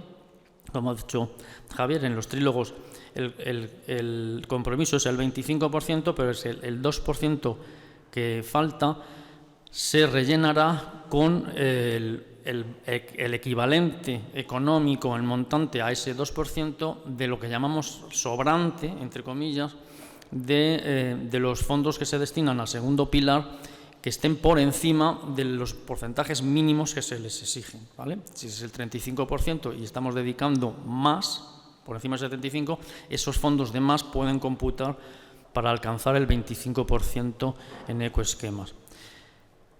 Y la agroecología que daría respuesta a la estrategia de biodiversidad. Es importante aquí decir que en los ecoesquemas es una práctica absolutamente novedosa para nosotros y que nos genera muchas incertidumbres. Además, es una práctica a la que no estamos ahora mismo acostumbrados a gestionar. No, como he dicho al principio, no se parece en nada al greening, no es el greening, y en estos momentos no sabemos si se van a acoger muchos ganaderos o agricultores, pocos, a qué prácticas van a ser más llamativas. Ahora mismo no tenemos ni idea. Por eso hemos pedido a la Comisión lo que se ha llamado periodo de aprendizaje. Esto que nos pasa en España les pasa absolutamente a todos los Estados miembros, ¿vale? Los ecoesquemas son un componente nuevo que nos han metido aquí para cumplir esa vocación medioambiental y que los Estados miembros allá te las apañes, ¿no? Incluso algunos Estados miembros han copiado nuestras prácticas y nosotros también pues, hemos fijado en los de otros Estados miembros, pero absolutamente nadie sabe qué va a pasar con estas medidas. Este periodo de aprendizaje consiste en que al menos tenemos que los 2 primeros años dedicar a los ecoesquemas un 20% del presupuesto y el 5% que resta, bueno, pues ya nos rendirán cuentas en años sucesivos, a lo mejor, ¿vale? Pero bueno, lo que quiero transmitir es esta dificultad que tenemos y que debido a eso la Comisión nos permite ese periodo de aprendizaje de 2 años, durante 2023 y 2024. Esta la voy a pasar porque ya indirectamente ya la hemos comentado. Voy a hablar del pastoreo extensivo. Vamos a ver, esta práctica, que la llamamos pastoreo extensivo, bueno, realmente es una práctica, el nombre es más amplio, es una práctica que está dentro de las prácticas de agricultura de carbono, es utilizar los pastos como sumideros de carbono a través de incentivar el pastoreo con la ganadería. Es decir, es una forma de dar visibilidad y protagonismo a la ganadería dentro de los ecoesquemas, vinculada a una práctica que es la estrella en todos los ecoesquemas que van a poner en marcha también el resto de Estados miembros, como es la del sumidero de carbonos.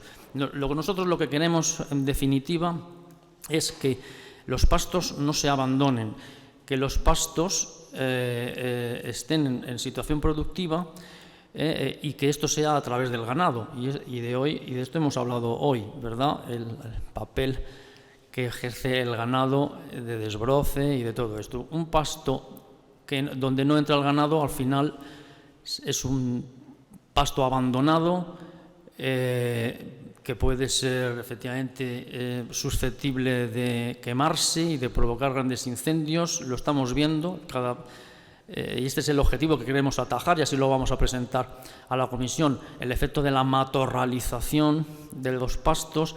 El otro día estuvimos viendo imágenes, es impresionante cómo en 10, 15 años las manchas de pastos, lo que antes era un arbolado disperso porque había ganado, al desaparecer el ganado son manchas continuas de vegetación, que produce estos gigantescos incendios absolutamente incontrolables y que bueno, que lo hemos padecido hace poco y aquí en Galicia pues también lo padecéis con cierta frecuencia, ¿vale? Entonces el objetivo fundamental es ese.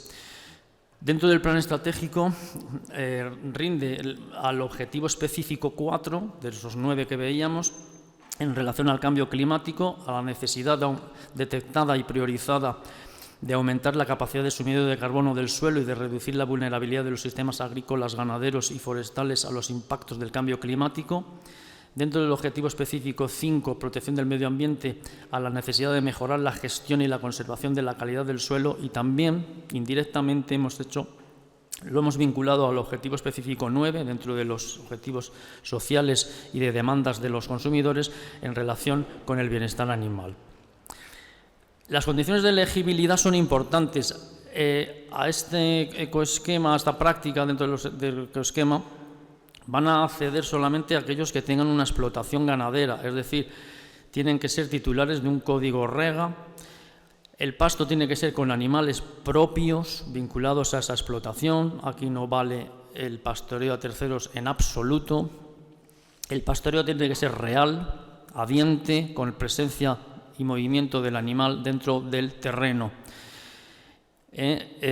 Para esto se establecerán unas cargas ganaderas mínimas y máximas para evitar el sobrepastoreo y el infrapastoreo y en función de estas cargas ganaderas y todo el resto de condiciones, en función de las características agrofísicas del pasto. Se van a distinguir 2 tipos de pastos, pastos húmedos o pastos norte, que es donde estarían todos los pastos de esta región, y los pastos mediterráneos serían los pastos sur, la dehesa y el resto de pastos del sur de España. Yo creo que sobre esta práctica, si hubiese dudas, pues podríamos luego profundizar. Yo creo que es una medida que, por ejemplo, pues para la vaca nodriza va a ser muy interesante, también para el ovino caprino, por supuesto, y bueno, y pensamos que a través de esta práctica, pues bueno, pues se pueda ver identificados estos sectores y puedan tener un flujo, ¿no?, de renta dentro de las ayudas directas. La otra práctica es lo que hemos llamado siega sostenible. Esta la voy a dar un poquito más rápida. Vamos a ver. Consiste en hacer dos actuaciones, o bien una siega sostenible, que en definitiva en lo que se traduce es en solamente segar en determinadas épocas del año y con una determinada frecuencia, es decir, tiene que ir más allá siempre de lo que se viene haciendo habitualmente. Es decir, lo que se viene haciendo habitualmente no vale, tiene que ser un poco más allá, que es lo que justificaría percibir esta ayuda, y rindiendo a un objetivo medioambiental que en este caso está dentro del bloque de la agroecología vinculado a la biodiversidad. En definitiva, se trata de reducir la intensificación de la siega para favorecer a la avifauna, todo el ciclo de los lepidópteros, etcétera, etcétera. Es decir, todas estas cuestiones muy medioambientales. Y la otra actuación dentro de esta práctica es la de dejar unos márgenes sin segar, es decir, dejar una parte de la explotación, un porcentaje a nivel de explotación, no de parcela, sin segar, para, bueno, pues precisamente para este objetivo, como comentaba, de la biodiversidad. Esta práctica está diseñada a medida de las comunidades autónomas de la cornisa cantábrica, entre ellas Galicia, y por tanto las condiciones que finalmente se pongan en el diseño serán las que más o menos nos marquen estas comunidades autónomas. Les hemos pedido que nos justifiquen mediante un estudio técnico cuáles tienen que ser esos momentos en donde no se puede o sí se puede hacer la siega, y nos justifiquen también qué tipo con qué frecuencia tiene que ser esa siega para mantener el objetivo medioambiental y a la vez que la práctica sea suficientemente remuneradora en relación al lucro cesante, ¿no?, y costes adicionales que hacer esas actuaciones puedan tener, ¿vale? Del resto de prácticas de los ecoesquemas, que son sobre tierras de cultivo y cultivos permanentes, no voy a profundizar hoy. Además, son competencia de otras subdirecciones. Y voy a pasar a las ayudas asociadas, ¿vale? Bueno, este cuadro que ven ahí, y si no lo ven, pues yo se lo voy a comentar. Sobre este cuadro ya se puede hablar tranquilamente, porque sobre esto ya hay un acuerdo ya prácticamente consensuado en la conferencia sectorial del mes de julio con todas las comunidades autónomas, ¿vale? Vamos a destinar al vacuno de leche 122 millones de las ayudas directas. Esto supone un incremento de más del 30% respecto a lo que tienen ahora mismo, que son 93 millones. Dentro del vacuno de carne vamos a distinguir dos líneas. Una que la hemos llamado vacuno extensivo de carne, que no es otra cosa que la vaca nodriza, tal como la conocemos actualmente, y el vacuno de engorde de sus propios terneros en la explotación de nacimiento. Esto lo hemos puesto en una única línea. Y el poner la palabra extensivo y el poner en el título los propios terneros de la explotación de nacimiento, pues tiene su intención, no se hace porque sí, ¿vale? Se hace de una forma intencionada. La palabra extensivo suena a eso, a sostenibilidad, porque las ayudas asociadas las vamos a tener que dar un baño de legitimidad por todo lo que hemos estado comentando, por el marco de las nuevas estrategias y todo lo que hemos visto hoy. Es que aunque parezca mentira, y aunque nos parezca mentira a todos los que estamos aquí, el dar ayuda a la producción de carne pues no está bien visto por parte de algunos, ¿vale? Hay un reglamento que se llama de taxonomía, que viene a marcar lo que debe que todos los sectores o todas las actividades que reciban ayudas tienen que ser sectores que no sean dañinos, o bien para la sociedad, o bien para la salud, o bien para el medio ambiente. Esto parece de broma, pero hay que irlo tomando con mucha importancia.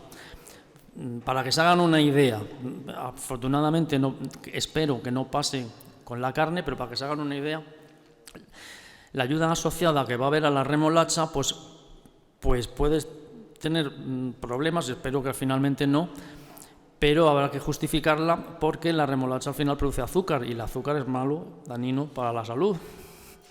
Y dentro de este reglamento que les digo, pues está marcado, ¿vale? Ya no les hablo de la ayuda al tabaco.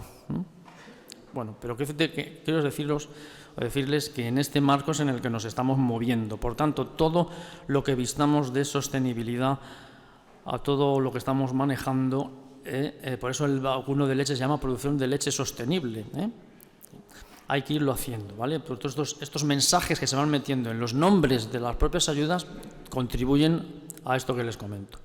Bien, para la vaca nodriza y el engorde de los terneros en la propia explotación de nacimiento se destinan 199 millones, es decir, prácticamente el mismo montante que tienen actualmente. Esto es importante, se va a mantener el montante para estos sectores. No es baladí, no es poco, es un mensaje importante. Y el engorde sostenible de terneros, que serían los terneros fuera de la explotación, procedentes de otras explotaciones, que es lo que llamamos actualmente la prima corta, ¿no?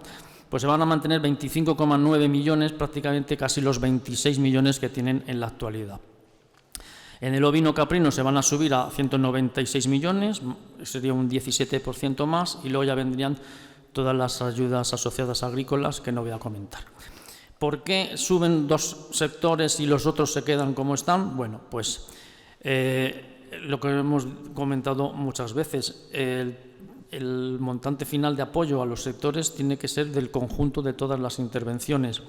El sector vacuno de leche y el sector ovino caprino no tienen un buen comportamiento en lo que va a ser la ayuda básica a la renta y también van a tener ciertas dificultades en el encaje de los ecoesquemas. Por tanto, hemos decidido reforzar en las ayudas asociadas, que afortunadamente es una herramienta que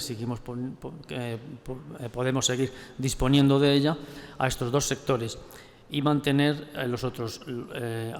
La vaca nodriza va a tener un muy buen encaje en los ecoesquemas, va a tener también, en nuestras simulaciones ya lo hemos visto, un comportamiento favorable en el pago, en la ayuda básica a la renta y en la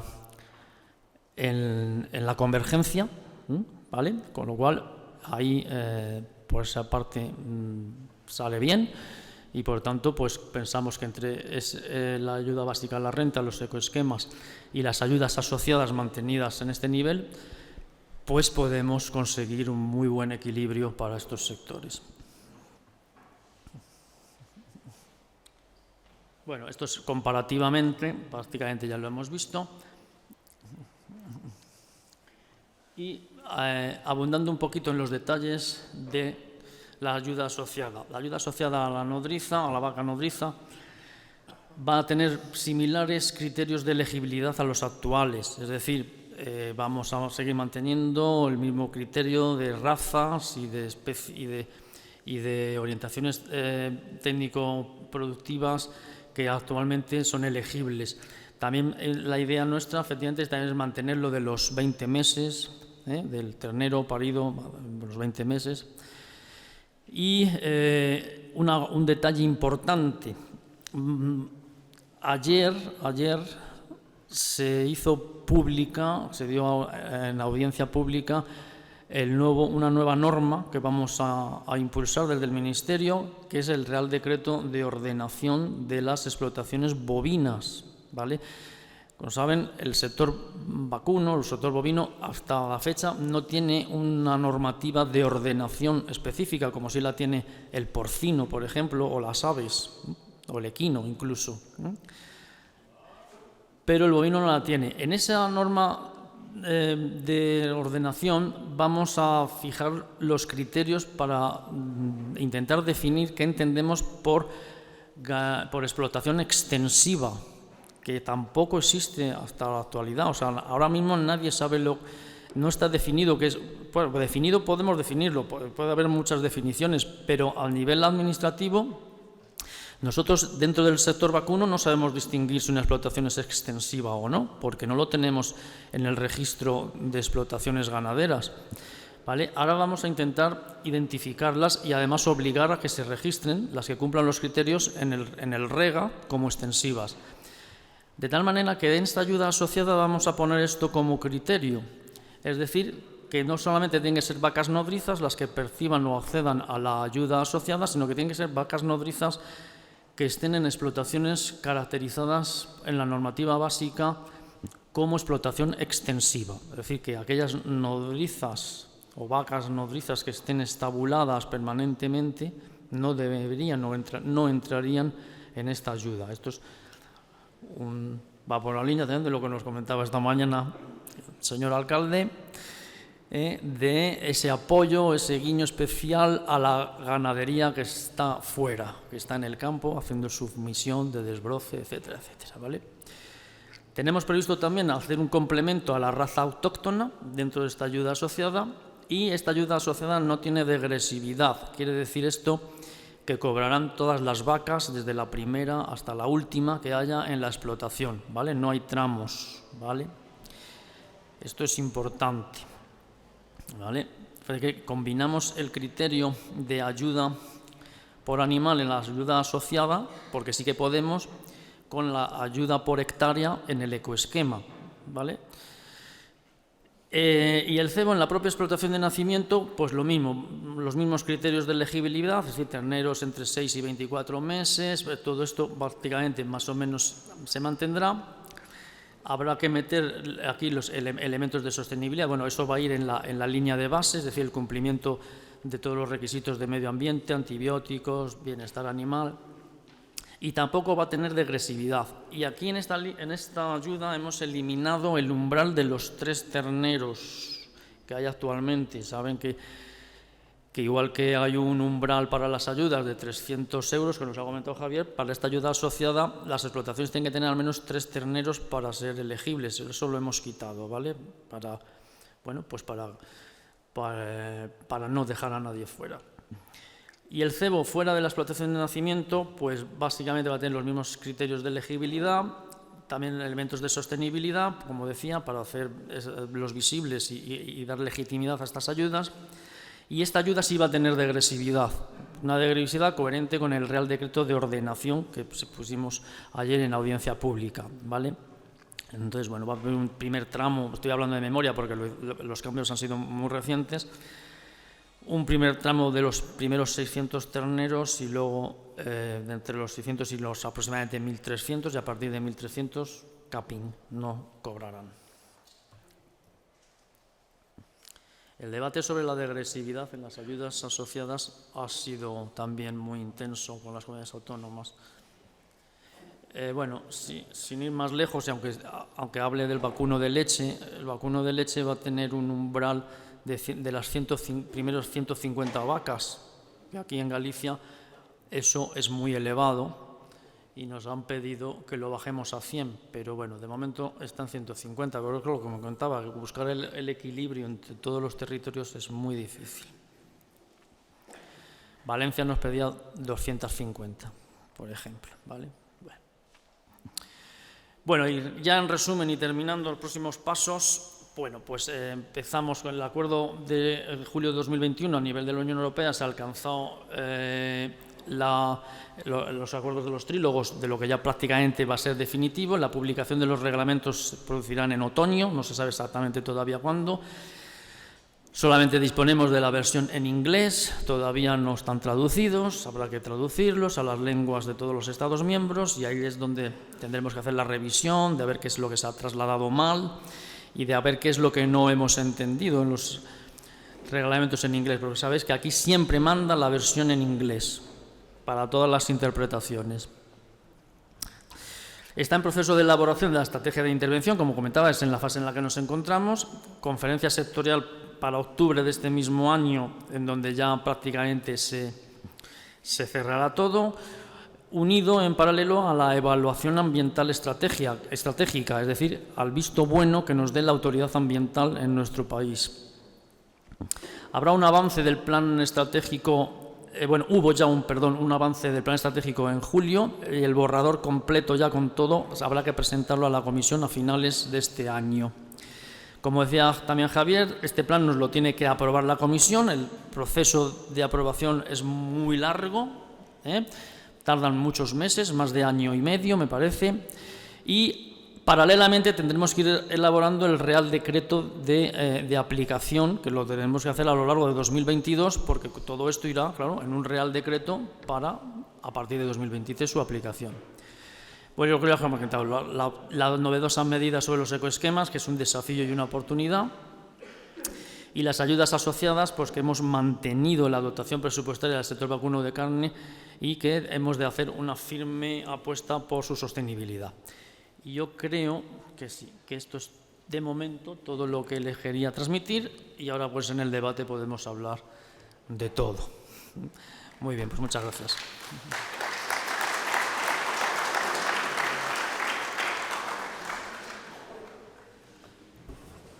Bueno, pois agora abrimos un turno de preguntas, reflexións sobre o estado da PAC e eu quixera empezar por facer un comentario ao respecto dos últimos comentarios, vaga a redundancia que acaba de facer José Luis, e é que non nos gusta a idea, creemos que é un error a última frase que acaba de comentar José Luis, ao respecto de que todas as vacas nodrizas van a cobrar axuda asociada. Entendemos que a axuda asociada é unha axuda a aqueles sectores que teñen máis dificultades. Por eso non se dá a todos os sectores. E dentro desa axuda asociada aos sectores con máis dificultades, as explotacións máis pequenas e medianas, non tanto as máis grandes, teñen maiores dificultades que as explotacións máis grandes. Por tanto, creemos que é un error, e así queremos trasladarlo a José Luis, non establecer unhos baremos en función das primeiras números de vacas que habría que discutir cales son, si son 50, si son 100, 75 ou as que sean, pero creemos que é un error que todas as vacas nodrizas, independientemente do tamaño da explotación, cobren a mesma axuda asociada. Feito este comentario, abrimos un turno de preguntas ou comentarios ao respecto.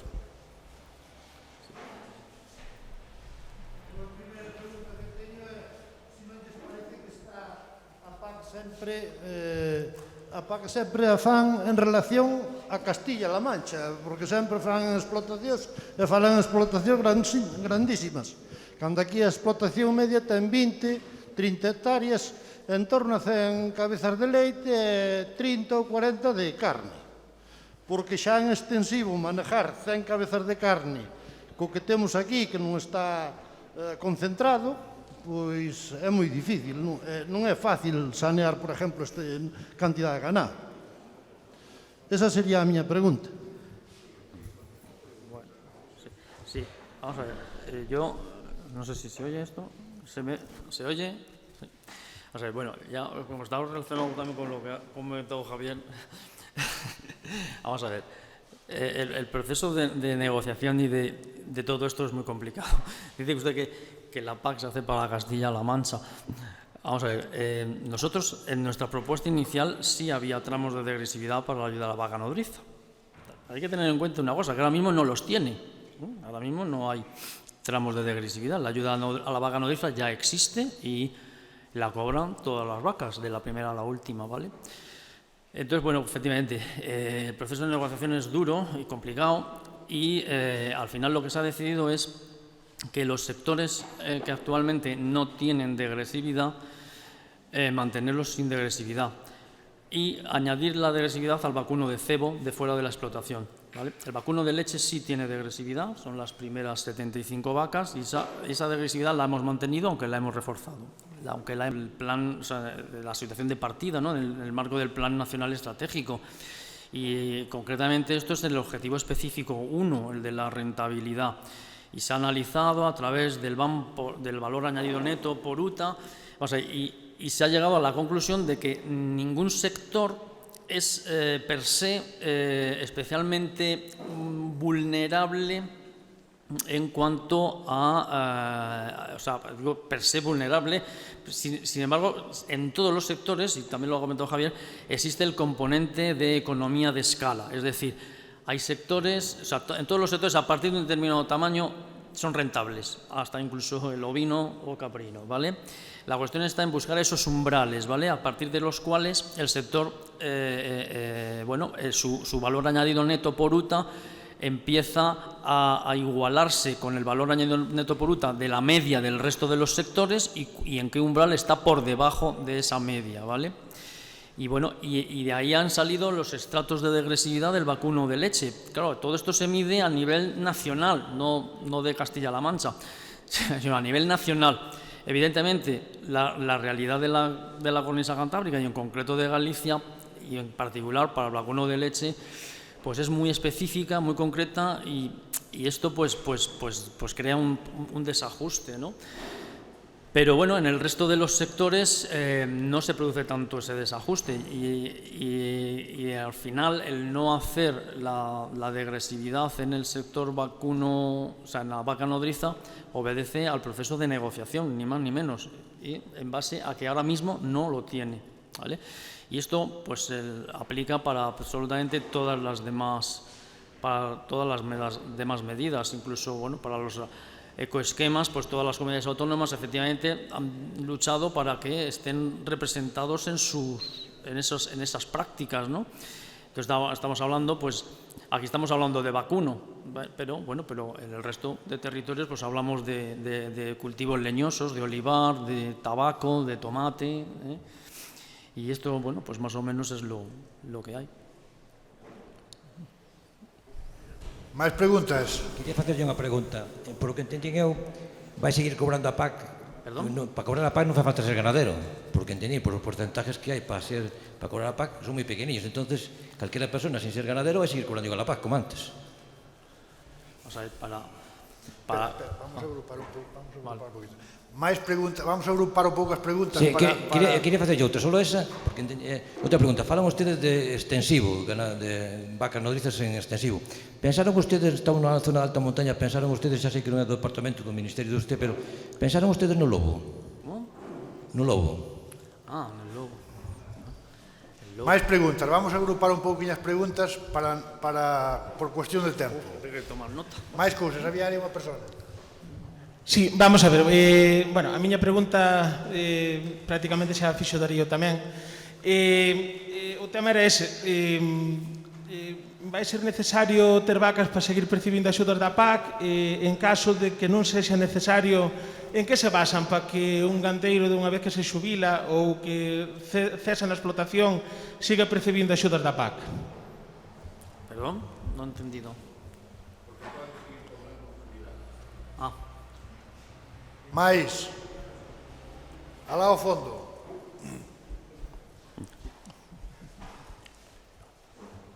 Hola, bons días. Agradecemos a voso punto de vista desde aí, pero bueno, eu como gandeiro non fago ninguna pregunta, só vos comento unha cousiña.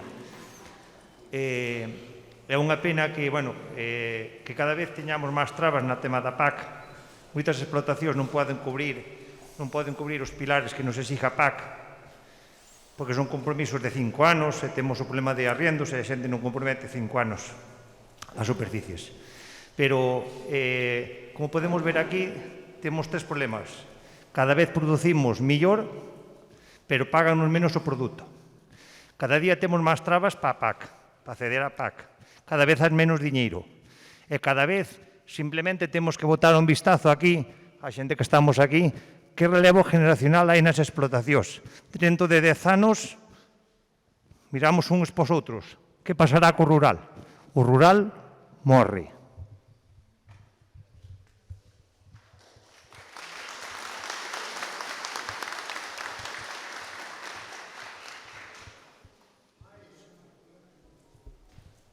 Máis?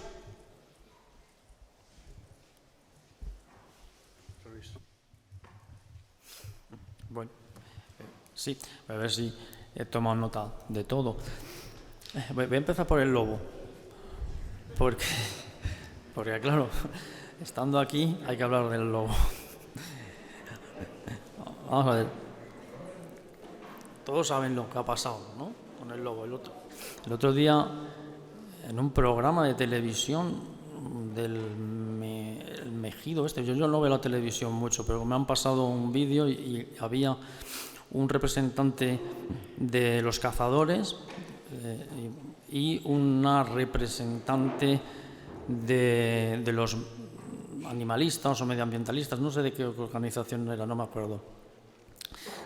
Bueno, yo me indigné, además es que lo estuve viendo anoche precisamente en la cama, era casi la 1 de la mañana, y estaba viendo este vídeo. Yo me indigno porque, claro, porque los argumentos de defensa que estaba poniendo la ambientalista o animalista para defender que el lobo en toda España no se pueda ya cazar, estaban basados en absolutas mentiras, falacias. Y es que, claro, esto pues es así lo que tenemos. La decisión se ha tomado en el seno de una reunión que tuvo lugar en el Ministerio de Transición Ecológica, en la que nosotros no participamos, y bueno, y esto ha creado, pues como todos ustedes saben, pues un cierto desasosiego particularmente en nosotros, en los técnicos y representantes del Ministerio de Agricultura. Pero ahora, bueno, ya está en una orden. Nosotros pensábamos que este proceso legislativo iba a tardar más, se iba a dilatar más en el tiempo, que iba a haber más respuesta y que, bueno, que iba a haber recursos y que los legisladores iban a poner más cautelas. El otro día estuve viendo el dictamen del Consejo de Estado, que es un dictamen, normalmente es para los reales decretos, y esto es una orden, y se ha hecho un dictamen del Consejo de Estado de 68 páginas, en donde al final dicen que no ven inconveniente a que se haga esto. Y como ya está, pues no nos queda más que tirar para adelante. Entonces, bueno, nuestra propuesta como ministerio, ya la conocen de boca del ministro, no queremos que sean los ganaderos los que paguen o financien los daños y el coste de mantener a los lobos sin cazar, ¿vale? De tal manera que no queremos que ni un céntimo de la política agraria comunitaria vaya con estos fines. La intención del Ministerio de Transición Ecológica era que hiciésemos un ecoesquema específico para esto, ¿no? Es decir, de traer fondos de toda la política agraria comunitaria para compensar los daños que va a producir y está produciendo el lobo y los que va a producir por esta decisión que se ha adoptado, ¿vale? Nosotros ahí nos hemos negado en rotundo y por eso en los ecoesquemas no hay nada de esto, ¿vale? Lo que toca ahora es trabajar en la estrategia nacional del lobo, que está siendo elaborada, o mejor dicho, reelaborada, porque ya existe una estrategia que es de 2005 y es totalmente obsoleta y hay que renovarla.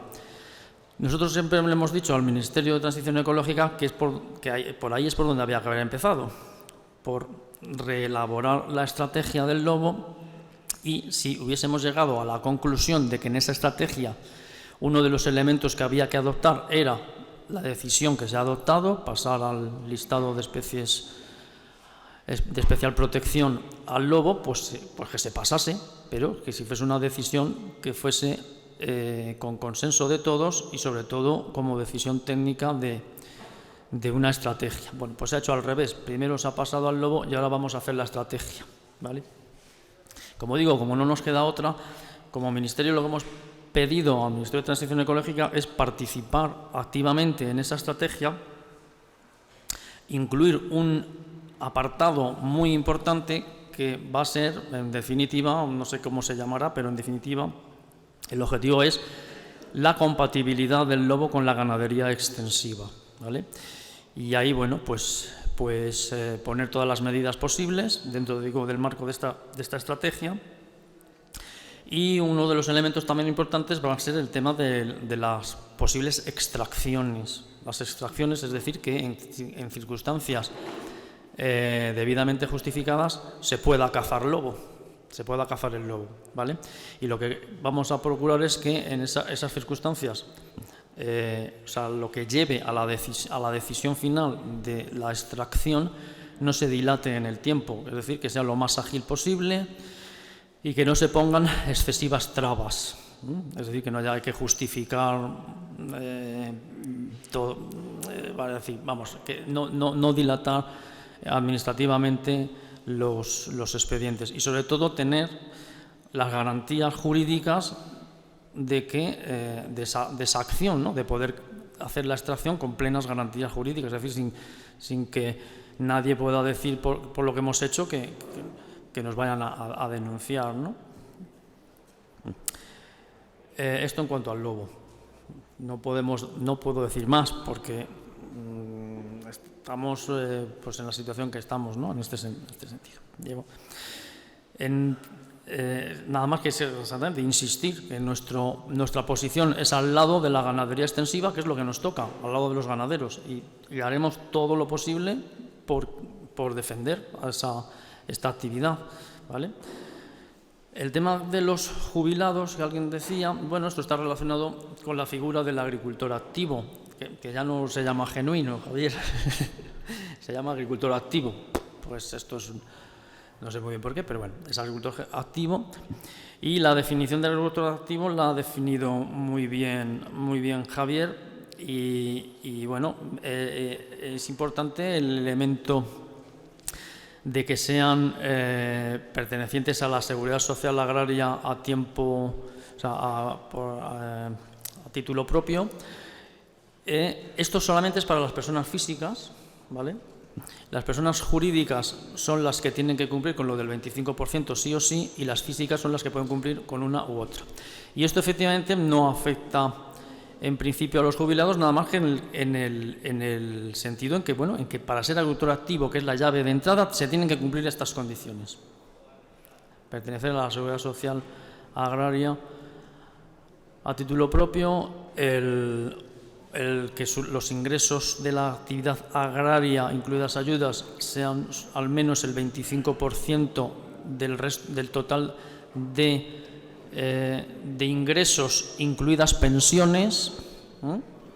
Ese 25% es el que es fruto de la negociación también. Algunas comunidades autónomas pedían el 30%, finalmente parece ser que va a ser un 25%. Está la lista negativa y no hay más, en principio. El tema de las trabas, pues hombre, pues yo parte de lo que ha comentado lo comparto, efectivamente. Esto es claro, hablar a agricultores y ganaderos solamente ya el tema de la condicionalidad reforzada ya tira para atrás, porque nos están reforzando la condicionalidad, es decir, las condiciones son a mayores, son más. Bueno, esto forma parte de todo el bloque que hemos comentado. La agricultura, o sea, la política agraria comunitaria mueve a nivel de la Unión Europea un volumen inmenso de dinero y hay que legitimar ese dinero que se da a los agricultores y a los ganaderos frente a la ciudadanía, al resto de ciudadanos. Y, por tanto, bueno, las condiciones medioambientales son importantísimas. Ya sabemos, y les hemos dicho, que los que mejor cuidan del medio ambiente son los agricultores y los ganaderos, pero bueno,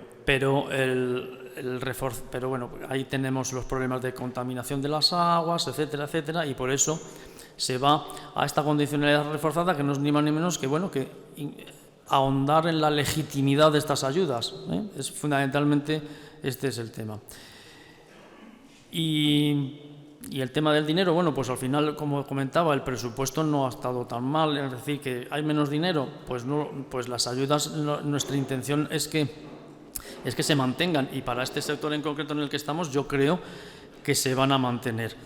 Para el tema del relevo generacional, pues se ha hecho en el Plan Nacional Estratégico, eso está en el Objetivo Específico 7, se ha hecho un análisis, esto, bueno, por parte de los compañeros de Desarrollo Rural, porque las medidas para el relevo generacional van a estar más centradas en las medidas de desarrollo rural. Se ha analizado todo el tema del acceso a la tierra por parte de los jóvenes, las trabas principales que tienen los jóvenes, que muchas veces ni con mucha ayuda el joven accede al campo. No es que acceda, es que quiere acceder y además tiene que quedarse, que esa es la dificultad.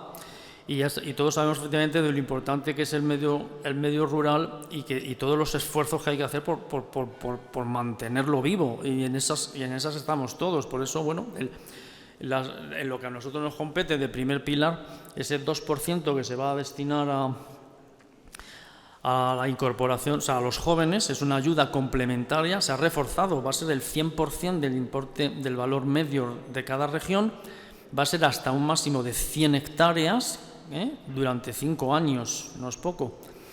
Y si el titular de la explotación es mujer o está en régimen de cotitularidad, pues se le va a incrementar en un 10%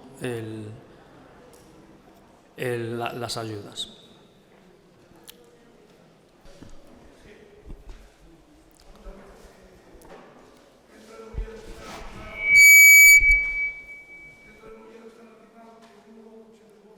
Yo no oigo nada.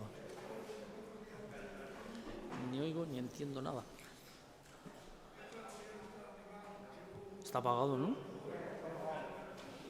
Sí. Ahora. Entra en el bienestar animal que un lobo te devore delante de ti, un perro, un ternero, una vaca o todo eso.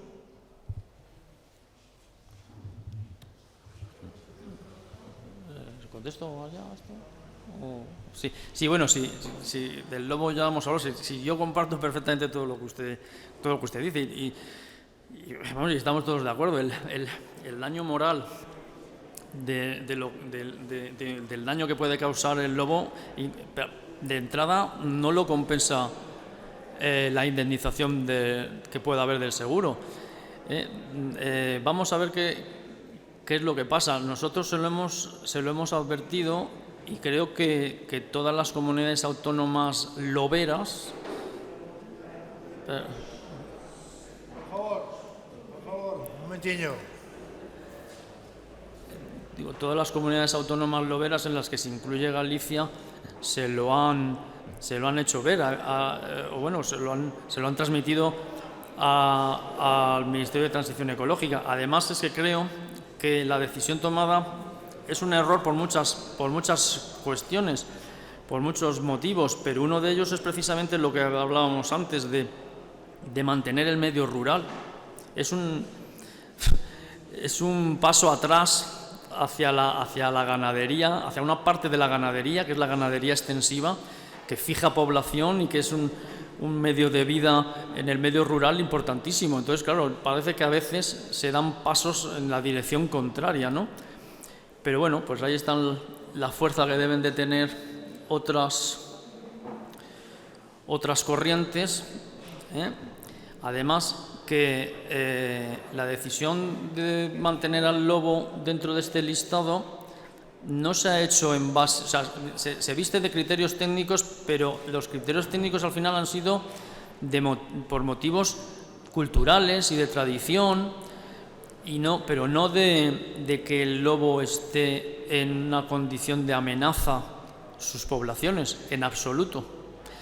Aparte de que la gestión cinegética del lobo es una forma de regular las propias poblaciones. Vamos a ver qué es lo que pasa, pero sí, es un problema efectivamente en el que nosotros, pues aparte de intentar interceder ante el Ministerio de Transición Ecológica en todo lo posible, que eso, como ya saben ustedes, le ha costado pues un encuentro, ¿no?, con nuestro ministro, pero claro, al final son ministros, son del mismo partido, del mismo gobierno, y la situación es delicada. Pero está claro que hay una contraposición de intereses brutal y nosotros somos la parte que nos toca perdedora de momento, y bueno, pues haremos todo lo posible por minimizar daños, pero no le puedo decir más. Bueno, pois vamos a deixar este tema aquí. Eu só vou facerlle 2 comentarios para trasladarlle a José Luis, porque creo que é importante, de forma moi breve, para dar xa traslado á clausura. Por un lado, os ecoesquemas quedou claro que van representar un porcentaje, un volumen de cartos moi importante. Por tanto, é imprescindible que as nosas explotacións, que as vosas explotacións, poidan acceder a algún de esos ecoesquemas. Nese sentido, quería trasladarlle só 2 cuestións. Como sabes, José Luis, en Galicia temos un número de hectáreas, unha superficie disponible reducida, co cual quería trasladarche, ou queremos trasladarche, que as cargas ganadeiras en Galicia poden ser ou deben ser superiores ás de outras comunidades autónomas. Estáse planteando 2 OGMs, creemos que aquí hai explotacións que teñen unha carga gandeira superior e, sin embargo, fan pastoreo perfectamente porque as súas superficies permiten ese pastoreo con esas cargas gandeiras. E, no segundo lugar, nós temos en Galicia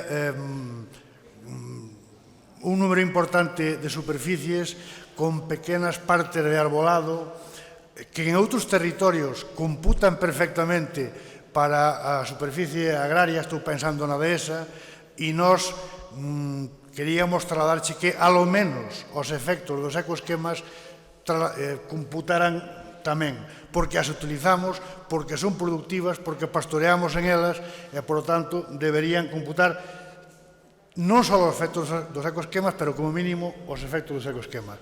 E damos por rematada aquí a primeira parte e damos paso xa á clausura destas xornadas.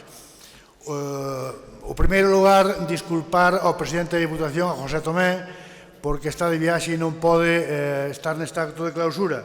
Vai estar no seu lugar Roberto Fernández Rico, que é diputado na área de recursos sostibles, o que acompaña o noso secretario xeral, o secretario xeral de Unións Agrarias, Roberto García, que suban á mesa xa. Sí. Boas tardes a todos. Agradecervos a vosa presencia durante unha sesión longa de máis de 4 horas nunhas sillas moi cómodas que temos que pedirlle que para as próximas xornadas o alcalde buscar unha subvención para acolchalas un pouco, e ao mesmo tempo aproveitar para dicir que nunha clausura, despois de escroitar 2 mesas que creo que son o suficientemente interesantes e contrapostas, tratar de poñer un pouco as conclusións destas xornadas. O primeiro, agradecerlle ao alcalde de Piedrafita, diputado provincial, os 2 compromisos que eu lle collín a primeira hora da mañá. A primeira deles, que vai seguir financiando estas xornadas de carne todos os anos, e agradecerlle tamén ese exemplo de modelo de ganadería extensiva que temos que facer todos un esforzo permanente de explicarlo, por desgracia, non só aos ciudadanos e consumidores, senón tamén aos nosos gobernantes. Aqueles que salen na televisión dicindo que a consumir carne é malo, aqueles que nos dicen que o problema é que temos que protexer o lobo antes cos gandeiros, ou aqueles que van a facer unha revisión da PAC tendo en conta como quedan os territorios e non como quedan as persoas. A segunda das reflexións é agradecerlle aos 2 Javieres a súa presencia aquí con nós, que foi moi ilustrativa, tanto a Javier López da Interprofesional como a Javier Alejandre.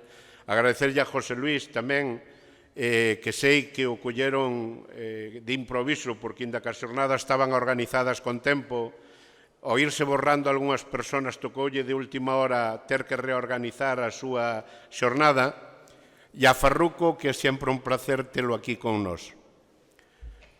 Eu quixera empezar por plantear a pouca consistencia que ten a primeira das dúas mesas donde falamos todos e donde houve unha coincidencia xeral do papel importante que xoga a ganadería en extensivo, do papel importante que xoga no medio ambiente, no territorio, da dificultade de ingresos e de renta que ten, e non porque sea un sector en crisis, sino porque se reparte mal o que paga o consumidor, que a segunda das mesas, donde dicía Farruco algo que é significativo, o que nos queda ao final para vivir nunha explotación de carne é prácticamente o que cobramos de axudas comunitarias. É certo que temos que resolver o problema dos ingresos, e falarei deso despois de forma moi breve, pero é tamén importante que aquilo que nos anunciaron, e que foi o debate da segunda mesa, que iba a ser de algún xeito a nova revolución da política agraria comunitaria, que se basaba, se recordades, en 3 anuncios. O primeiro, de ter cartos suficientes, que en gran medida foi o que parecía máis difícil e que foi o que de algún xeito se logrou. Pero había unha parte máis importante. É importante cantos cartos veñen, pero máis importante de canto ven é pa quen vai. A mí non me preocupa se Galicia vai recibir 2 millóns de euros máis ou 2 millóns de euros menos, senón pa que agricultores e gandeiros de Galicia van eses cartos.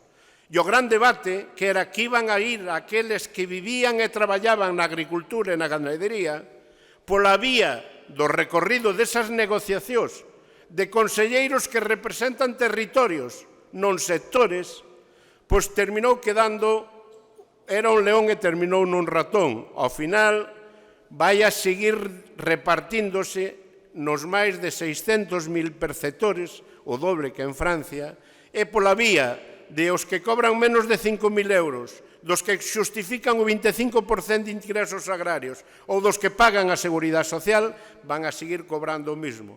E non é un problema que lle queremos quitar a unhos que cobran moi pouco, senón que queremos que vayan a quen realmente o necesita. O segundo dos elementos é que se iba a techar as axudas por explotación.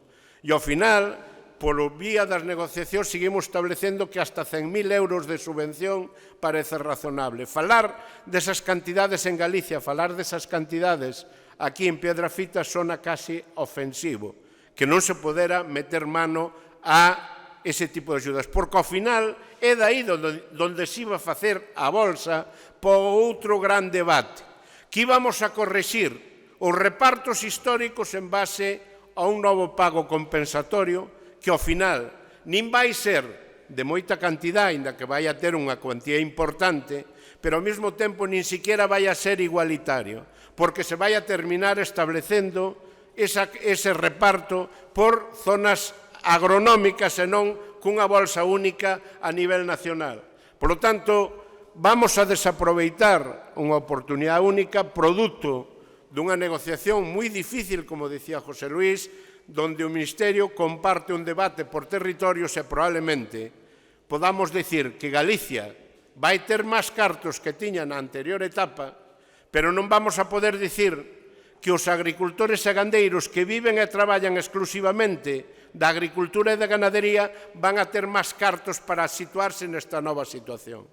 O segundo dos elementos que nos preocupa é que é certo que hai grupos ecoloxistas, animalistas, que cuestionan todos os días o noso modelo productivo, que cuestionan a carne, que están na campaña de subir o IVA ao 21% e castigar o consumo, que falan de deixar un día sin consumo de carne nos colexios escolares, que falan dunha contaminación trucada. É moi grave todo iso. Ora, con que posibilidades loitamos para buscar alianzas nos consumidores se os nosos propios gobernantes son os primeiros que lle poñen eco a ese tipo de mensaxes co que salían nos telediarios, co que sale o ministro de Consumo, co que hasta temos unha Dirección General de Protección do Animal e está sin crear a Dirección General de Protección dos Agricultores e dos Gandeiros. Eu espero, estou convencido, que non vai haber gandeiros de carne que reciban menos cartos que da etapa anterior, pero non estou igual de convencido que haya gandeiros de carne que lle queden os mesmos cartos despois dos ecoesquemas que lle quedaban na campaña anterior. O primeiro que nos ten que dar claro é que para cobrar o mesmo temos que meternos en algún dos ecoesquemas que nos plantearon. E o primeiro que teño que asumir aquí o compromiso público é que nesta nova PAC hai que ser auténticos expertos para a tramitación. E aí temos que asumir o compromiso, porque somos os únicos que vamos quedar no rural, independientemente que sea rentable ou non as organizacións agrarias, para que nesa tramitación da PAC e de como vos fagamos a tramitación da PAC vai significar que vos queden máis cartos ou que vos queden menos. Esta tramitación que require formación, que require conocervos, que require estar con vos, que require asesoramento posterior, non van a estar os expertos en cerrar oficinas bancarias e caixeiros automáticos. Ese xa non lle ser rentable tramitar a PAC porque xa teñen os clientes. Pero sí vamos a ser imprescindibles para que nesa tramitación collades un ecoesquema que, cumprindo a normativa, non permita quedar sin ese 25. Porque aquel que non entre no ecoesquema, aínda que as circunstancias lle deran poder ter os mesmos cartos, é un 25% que o pode deixar fora. Sigue habendo, como dicíamos, temos un modelo que cando falamos da calidad, cando falamos das vacas desbrozadoras, cando lle explicamos á xente que onde non hai actividade gandeira, só hai lumes, e só onde hai a limpieza que fan as vacas, é onde non só non hai lumes, senón que é onde se poden empezar a apagar as cuadrillas antiincendios dos que veñen de grandes zonas abandonadas. Temos que dicirlle que todo eso é importante, pero que tamén temos un coste añadido que non damos soportado. Tiñamos unha plaga en Galicia que era os máis de 220.000 xabarís que a Xunta decidiu que o 90% dos gastos que causaran os pagaban os agricultores e gandeiros, porque estableceu que non era responsabilidade dela, senón que era, como sempre, responsabilidade doutros agricultores e gandeiros. Queren que o problema das plantacións ilegales as resolvamos denunciando uns veciños a outros. Queren que os daños do xabarín os resolvamos denunciando uns agricultores a uns cazadores, sabendo que os tecores non teñen nin capacidade económica nin posibilidade de facer frente a eses máis de 12 millóns de euros que todos os anos hai de gastos. Pero a partir de aí, en ese mismo goberno, en esa mesma vicepresidencia de transición ecolóxica, que é a que nos mete medo que sea ela a Guardia de Tráfico que decida se os ecoesquemas cumplen ou non, porque eu creo que hai poucos ministerios alonxados da realidade agrogandeira que ese ministerio toma unha decisión que nos costa traballo dar explicado. Que naquelas 4 comunidades autónomas, onde está o 95% dos lobos de España, é as que hai que castigar, dicindo que, inda que o lobo ataque de forma permanente o mesmo pueblo, non podemos poñer en marcha mecanismos de caza. Nós non reivindicamos a caza do lobo.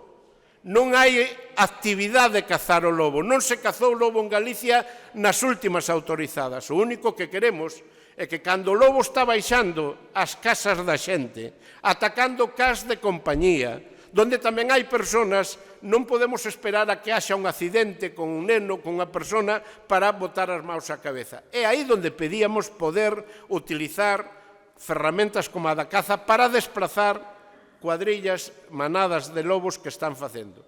Non só eso, senón que toman a decisión de declaralo especie de especial protección e a continuación, despois dun ano de negociación, sale o goberno galego dicindo hasta ahora pagaba tarde e mal os daños do lobo, porque máis do 30% dos expedientes presentados na provincia de Lugo foron denegados porque decían que non estaba claro se era un lobo ou un can así vestado, porque consideraban que se ti movías o animal da zona xa habías manipulado e quedabas tamén fora. Se non quedaban restos dun animal ali, tamén quedaba fora. Bueno, pois, eso que hasta ahora se pagaba tarde mal e restos, se toma a decisión de que a partir do día de onte, todos os daños causados polo lobo en Galicia quedan sin ningún tipo de compensación. Eu teño que dicirvos dúas cousas. Primeiro, é ilegal. Cando se acaba de tomar a decisión de declarar unha protección absoluta do lobo, hai unha responsabilidade patrimonial da Administración que vamos a facer valer nos xuzgados e todos e cada un de vos. Que teña un daño do lobo, facédenoslo chegar, que asumimos todos os costes xurídicos de reclamar patrimonialmente á Xunta o pago desos daños. Pero esa non é a solución. Ningún gandeiro ten unha vaca ou ten unha besta ou ten un animal para que yo maten. Primeiro, que están unhas tablas de hai 20 anos no valor desos animales. Segundo, que cando che matan unha vaca hai un lucro cesante. Vamos a loitar por actualizar eso e vamos a exigir ao Ministerio, que é o que toma a decisión, e á Xunta, que busquen e activen automáticamente os sistemas de compensación. E por último, porque non quero estenderme, sabedes que empezamos a semana pasada unha campaña de movilización. Dicía Sineiro que 20 anos despois non cobramos o mismo por un kilo de carne, cobramos un 20% menos. Solo co IPC xa se houbera comido o incremento de precio. Temos un Ministerio de Agricultura que aprobou unha lei que está modificando esta semana no Parlamento, que se chama Lei de Cadena, que nos tranquiliza dicindo que ningún eslabón da cadena lle pode pagar a outro por lo debaixo do que costa producir. Señores do Ministerio de Agricultura, os seus estudios dicen que producir un kilo de carne costa 5,35. O precio que estamos cobrando de media son 4,30. Se está pagando e incumplindo a lei, actúese de oficio. Pero dígolles máis, neste momento, nós non pretendemos, como non fixemos no leite, que o consumidor pague máis polo kilo de carne. Queremos que o que paga o consumidor se reparta de forma máis transparente. E a partir da semana que ven, que vamos a estar con Nova Frisa, con Miño, con Bandeira, lles vamos a trasladar. Ustedes teñen unha posibilidade de colocarse dentro da lei, que é poñendo un precio por kilo de carne que cubra esos costes de produción. Xa non falamos do marxen de beneficio nesta primeira atacada. E nós lles vamos a axudar a ustedes, matadeiro, a que eso que lle incrementan ao gandeiro no precio, yo repercutan aos canales de distribución. Fíxose no leite, pódese facer na carne. E se non é así, vamos a ir xurídicamente e pedirlle ao Ministerio que elija de que lado está, se de facer cumprir a lei da cadena ou do lado da distribución. E, por certo, Javier, temos que aproveitar algo para explicar no Parlamento en Madrid. Non podemos aceptar que os costes de produción efectivos valgan para que un gandeiro poda descontar os gastos dun traballador que ten por conta allea, pero que non computen para determinar o coste do kilo de carne o seu traballo, o da súa muller ou do seu fillo. Eso é engañar e é facer trampas ao solitario. Se non queren aceptar ese cambio, que non se modifica a lei.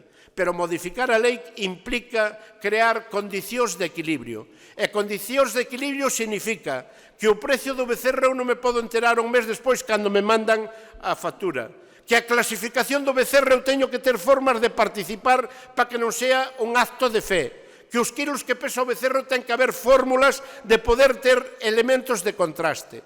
Señores dos matadeiros, señores tratantes, o siglo pasado acabou, temos que buscar novas fórmulas de buscar e cumprir a lei de contratos estables e, desde logo, temos que empezar como sector, sendo que máis problemas ten, porque non é que non lle subiran o precio, que lle baixaron, non é que lle baixaran os costes de produción, que lle subiron, non é que teña un margen de beneficio neto, que perde cartos. Temos que lograr que o sector da carne, que é o que o peor está pasando, teña tamén que demostrar que necesita axuda do goberno para equilibrar a condicións de negociación.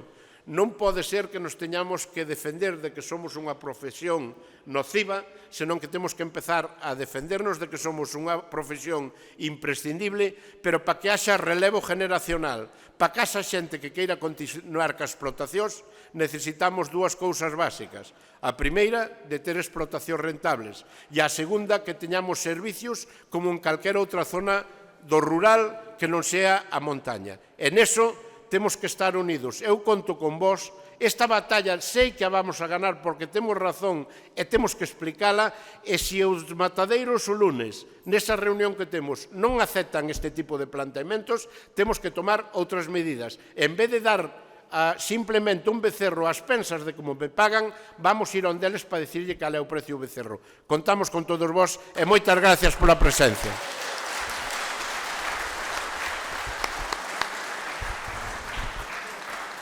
Temos información, creo que foi unha xornada moi productiva, xa que se puxeron encima da mesa todos os puntos de vista.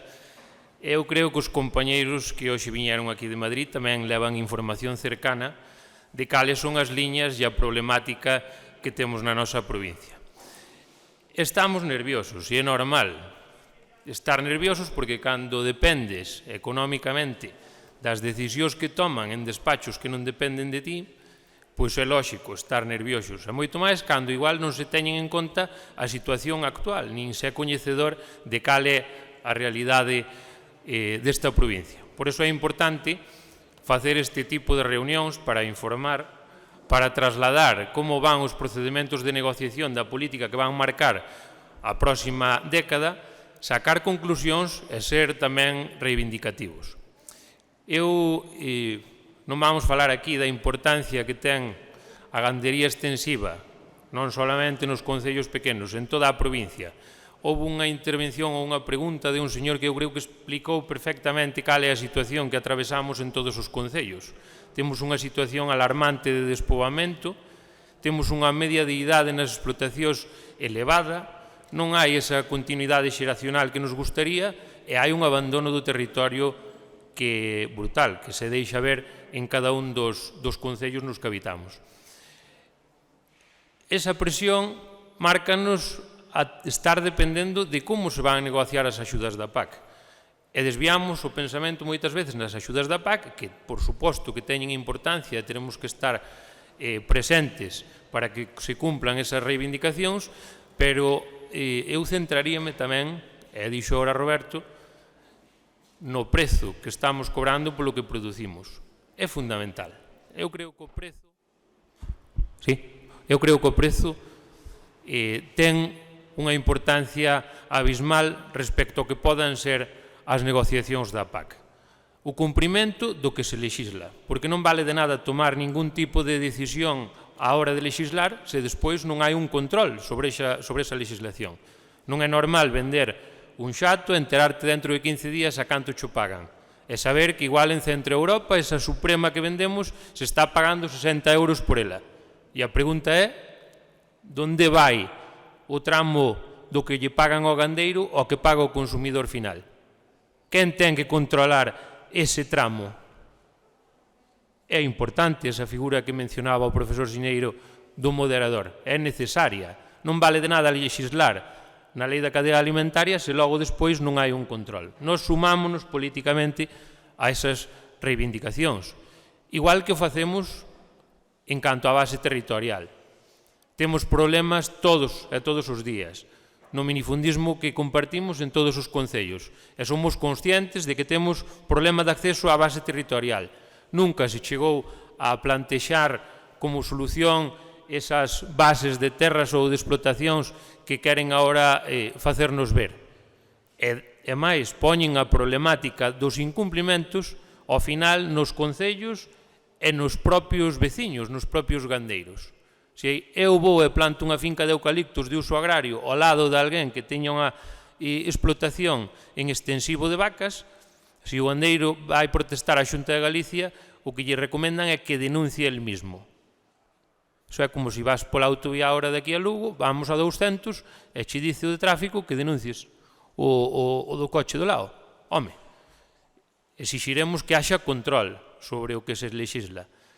E esa é a parte fundamental que eu creo que debemos tamén defender todos. Necesitamos asociarnos, necesitamos facer as organizacións de produtores que mencionábamos antes para defender os intereses de todos os gandeiros.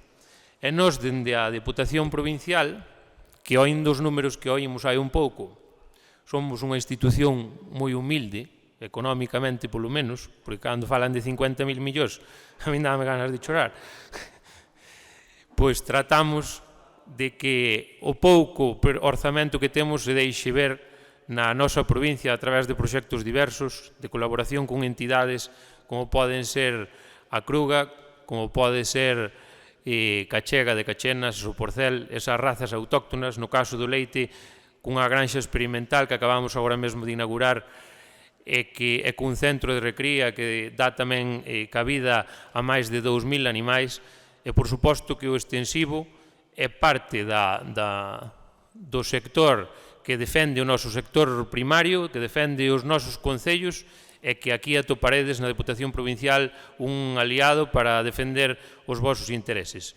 Necesitamos xuntarnos, opinar todos, que sexades participativos, reivindicativos e estar encima do que se vai legislar, porque ao fin e ao cabo estes 10 anos que van vir posteriormente a estas negociacións van marcar ou van estar marcados polas liñas que se trataron agora neste momento.